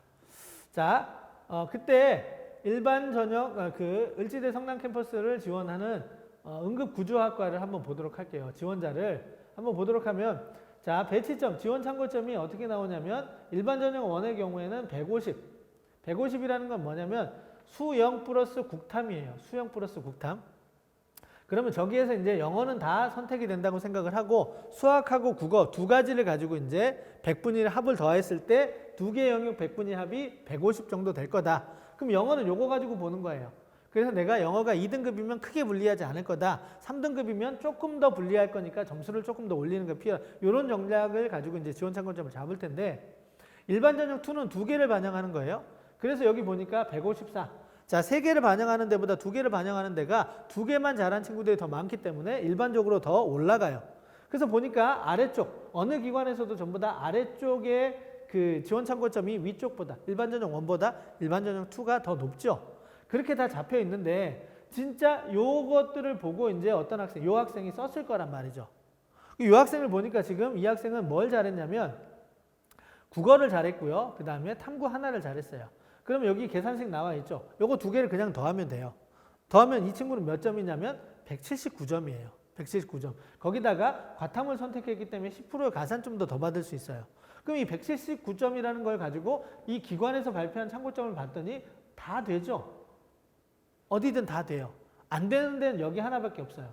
여기 이 90이라는 이 지원 참고점은 뭐냐면 한 개 영역이에요. 영어는 절대평가이기 때문에 대부분 아이들이 좋을 거다라고 생각해서 영어를 뺀 거죠. 그럼 영어가 이제 3등급이었는데 영어를 빼고 나면 다른 한 개 영역은 90이면 좋다라고 생각하는 건데 대충 비슷했어요. 그래서 지원을 했는데 이게 이제 원래 뒤에 나와야 되는데 지금 먼저 나와버렸네. 이 친구가 불합격을 했어요.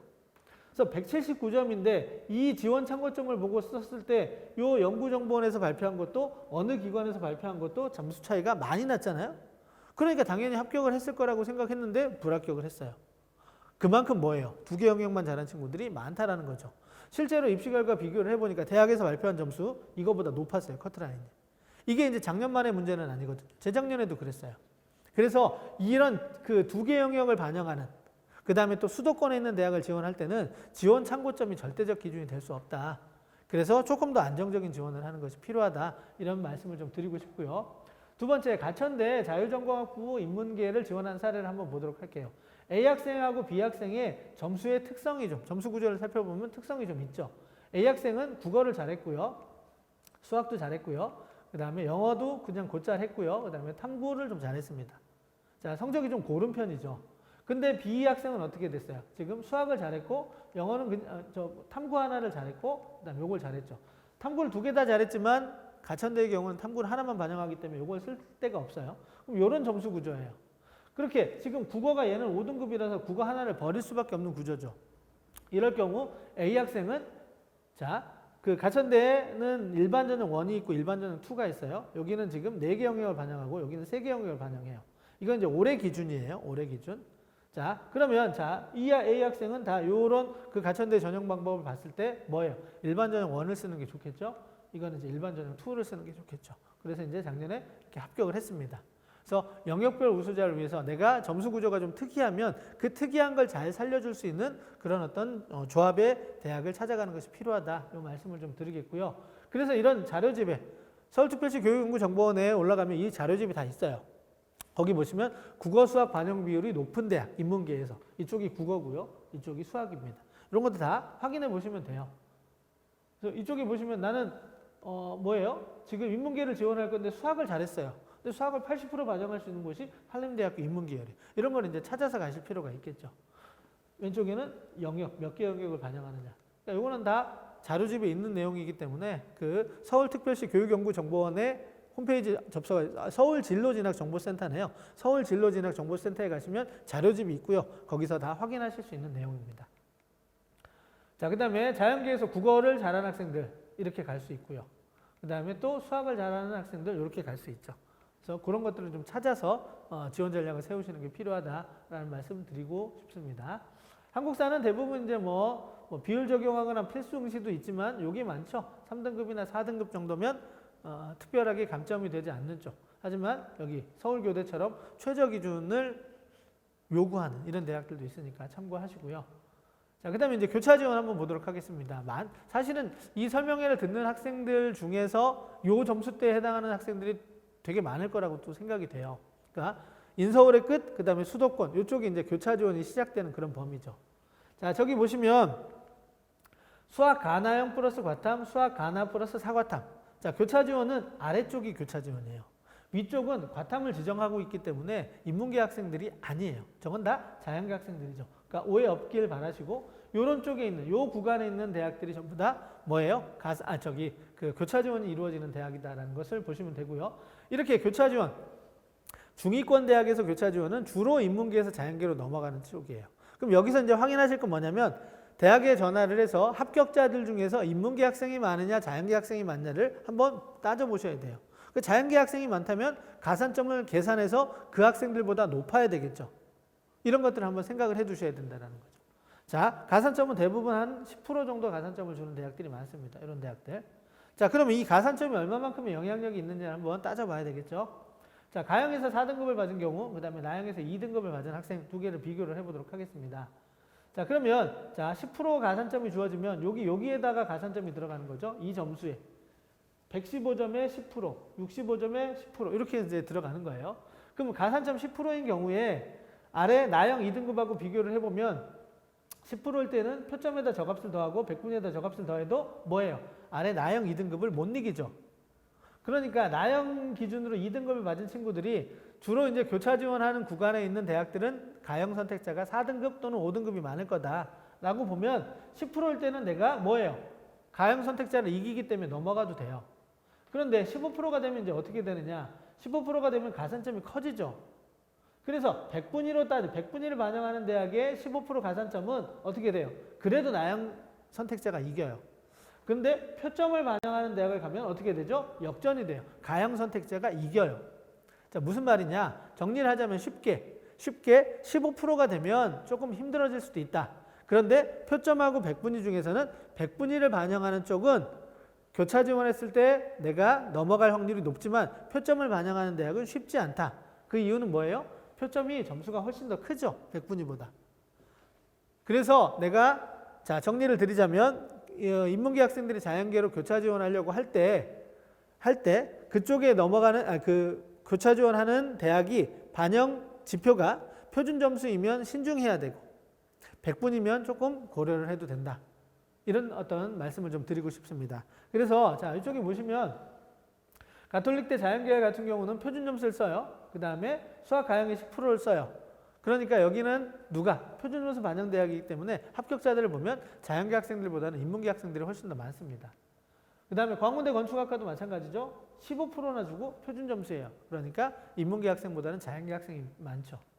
자, 그런데 국민대 같은 경우는 지금 100분위를 반영하기 때문에 뭐 넘어갈 수 있는 그런 구조이긴 해요. 환경이긴 하고 뭐 반영 그 가산점도 10%밖에 안 되기 때문에 넘어갈 수 있는데 국민대는 그 나형 선택자들이 지원할 수 있는 가장 높은 대학 수준이기 때문에 사실은 나형보다는 이 구간에서도 가형 선택자들이 훨씬 더 많더라. 이런 조사가 있었고요. 그에 비해서 이제 서울여대로 가니까 100분위를 반영하고 수학 가형의 10%밖에 가산점이 안 되기 때문에 어떻게 돼요? 여기는 나형 합격자들이 제법 많아서 어느 정도 일정 정도 비율이 나형 선택자가 들어와 있습니다. 이런 것들을 한번 확인해 보시면 좋을 것 같고요. 이게 이제 다 서울에 있는 대학들이죠. 그러면 이제 요거보다 이제 어떻게 수도권으로 내려가면 이 확률이 조금 더 높아지죠.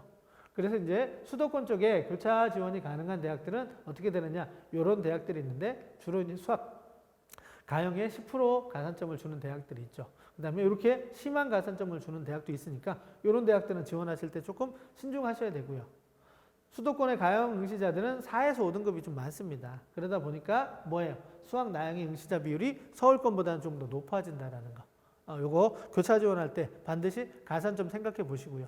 그러니까 가장 쉽게 내 점수에 어느 정도 자신 있다면 가산점 10%의 100분위 반영 대학이라면 한번 교차 지원을 생각해 보셔도 된다는 거 말씀을 드리고요.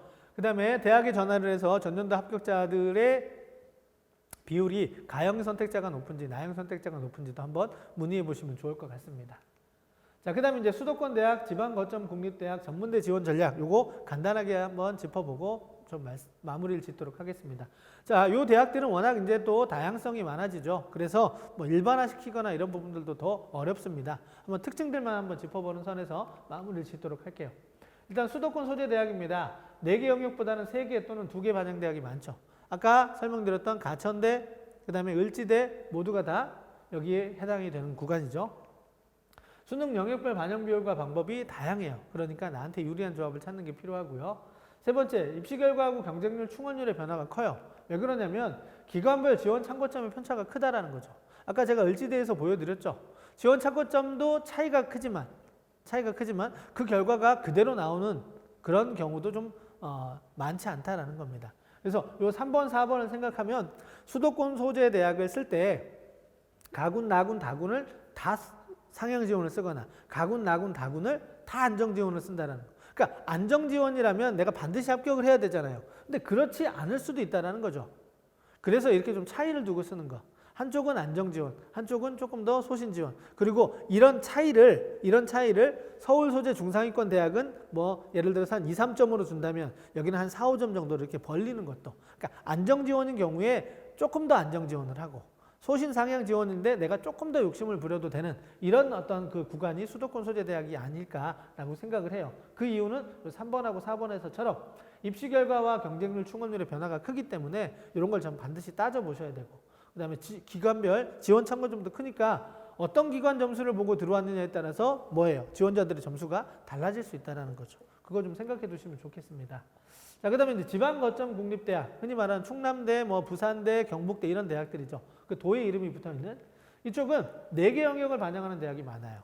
그리고 탐구를 다 2개 영역. 사실 수도권에 있는 구간은 탐구 2개보다는 탐구를 하나 반영하는 대학이 많거든요. 그런데 이렇게 돼요. 그러면 자, 여기서 특징이 뭐냐면 4개 영역을 다 잘하는 학생들이 그렇게 많지 않죠. 많으면 그 아이들이 어딜 가요? 수도권의 중상위권 대학을 가겠죠. 그래서 4개 영역을 반영하고, 그러니까 대학의 수준에 따라서 결정이 되겠지만 대학의 수준과 비교했을 때 반영 영역 수가 많고 탐구도 2개를 다 반영하는 쪽이라면 전체적으로 평균점이 낮아질 가능성이 있어요. 다 잘하는 학생들이 많지 않다는 거죠. 탐구도 의외로 2개를 다 잘하는 아이들보다는 하나 잘하고 하나 못하는 아이들이 많아요. 근데 못했어도 여기는 2개를 다 반영하기 때문에 못한 점수까지 같이 들어간다는 거죠. 또 4개 영역을 다 잘하기보다는 어느 하나를 망치는 아이들이 있는데 여기를 쓰면 그 낮은 점수까지 같이 계산이 된다는 거. 그래서 이 대학의 수준과 비교했을 때 3개 영역 반영 대학보다 점수가 더 낮을 수 있다는 거예요. 그래서 4개를 고르게 잘한 친구들 중에 생각보다 나 점수 그렇게 높지 않은데 라고 생각하는 친구들은 오히려 지방 거점 국립대학이 점수 구조상 유리할 수도 있다는 거 말씀을 좀 드릴게요. 두 번째, 이 직어국 대학은 주로 가나군에서 모집하고요. 수능 점수의 활용 지표가 다양해요. 표점, 그다음에 변표, 백분위 막 다양하니까 역시 유리한 것을 찾아야 되겠고요. 세 번째, 복수 캠퍼스 운영하고 있습니다. 강원대 삼척 캠퍼스가 있고요. 그다음에 강원대 춘천 캠퍼스가 있죠. 그러니까 강원대는 원래 춘천 캠퍼스예요. 근데 삼척 캠퍼스 있어요. 그 쭉 보다 보니까 어떤 모집단인데 점수가 내 점수로 돼. 다른 데는 다 안 되는데. 희한하네. 보면 캠퍼스가 다를 수 있어요. 그러니까 그거 오해 없으시길 바라고요. 거기에 따라서 입시 결과가 확연하게 차이가 나죠. 그러니까 전남대도 광주 캠퍼스가 있고 여수 캠퍼스가 있어요. 경북대도 대구 캠퍼스가 있고 상주 캠퍼스가 있고 그래요. 그러니까 지방대에는 이렇게 통합을 했던 경우가 많기 때문에 도 단위 직어국 이름이 붙어 있지만 캠퍼스가 다르다. 이거 반드시 확인하셔야 된다는 거. 그다음에 네 번째, 모집 단위의 수가 엄청 많아요. 그래서 서울권 대학에서 보지 못했던 그런 모집 단위들이 지방에는 좀 많죠. 그 말은 뭐예요? 그런 모집 단위를 내가 졸업을 하면 서울권에 있는 대학들과 경쟁을 안 해도 될 수 있죠. 그러니까 좀 특별하죠.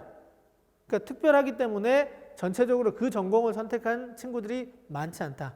하지만 그 전공을 선택한 직업은 어딘가에서 쓸모가 있다. 뭐 이런 것들을 생각해 보시면 좋죠. 그래서 이런 특징들이 좀 나와요. 다섯 번째, 등록금도 지방 국립대니까 저렴하죠.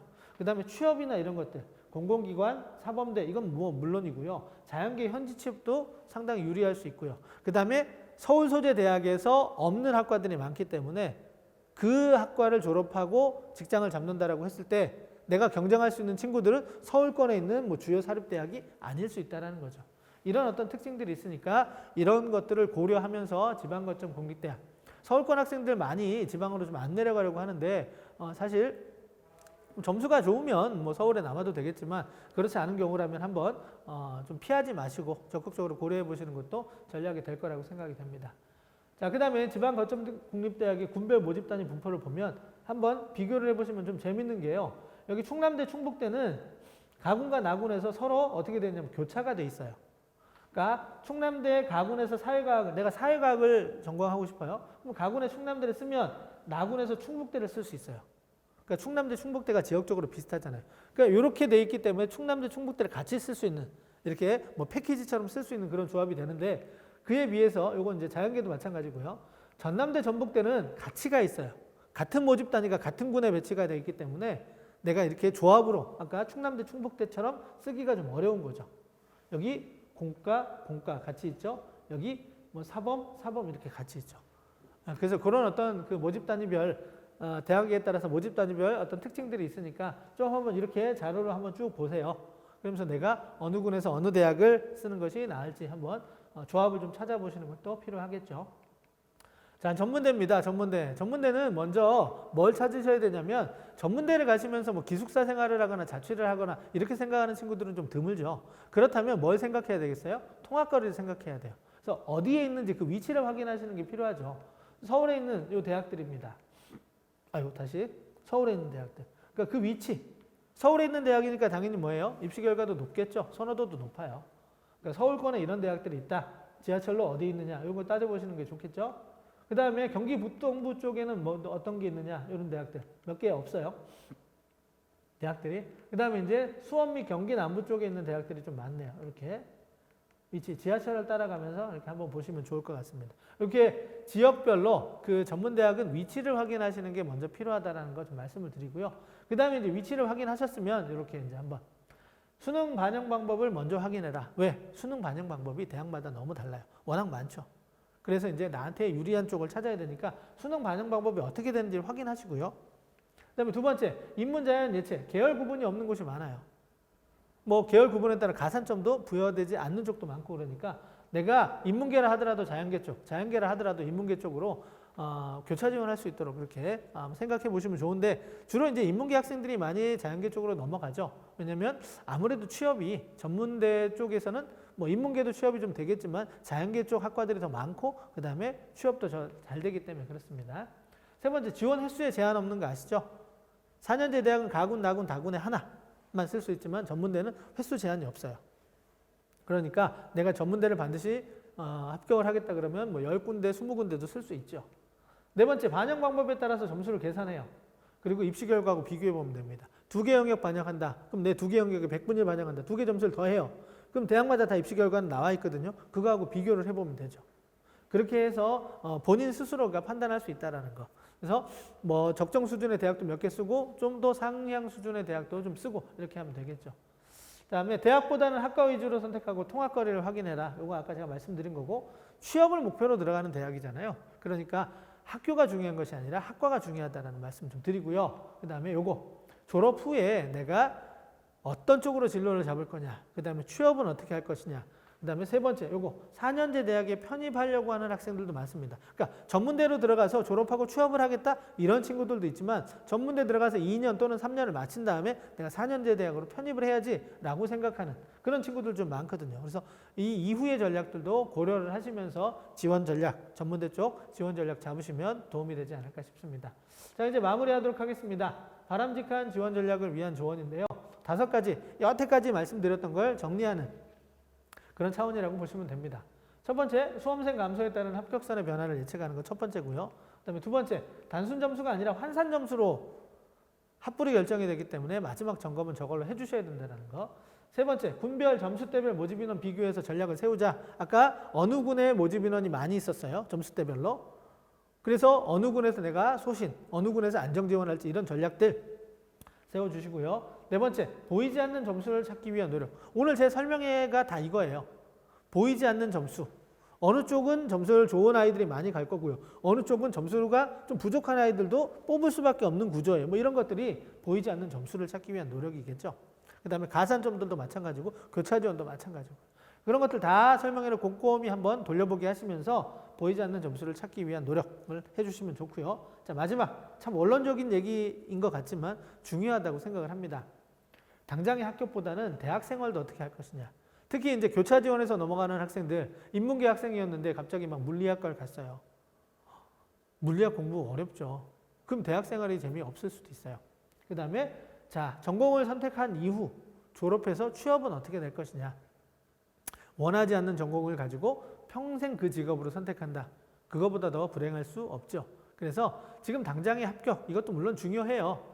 그거 중요하지 않다고 제가 말씀드리는 건 아니지만 미래 가치, 그 다음에 대학 생활 이런 부분들까지 고려한 보다 좀 신중한 그런 지원 전략을 세우시는 게 아마 도움이 되지 않을까 싶습니다. 자, 이제 오늘 설명회는 이것으로 마치겠는데요. 제가 오늘 설명해 드린 거는 저의 어떤 그 자료를 토대로 해서 한 분석이기 때문에 일반화시킬 수는 없다. 그러니까 제 설명회를 들으시고 이런 부분은 좀 고려했으면 좋겠다 싶으면 따라 주셔도 되지만 그렇지 않은 경우에는 뭐 이게 일반적인 부분은 아니라는 점을 참고하시고요. 그다음에 최종 지원하실 때는 반드시 해당 대학의 모집 요강을 통해서 내용을 확인하신 다음에 지원 전략 세워주시길 부탁을 드리도록 하겠습니다. 자, 긴 시간 설명회에 경청해 주셔서 감사드리고요. 오늘 설명회는 이것으로 마치도록 하겠습니다. 고맙습니다.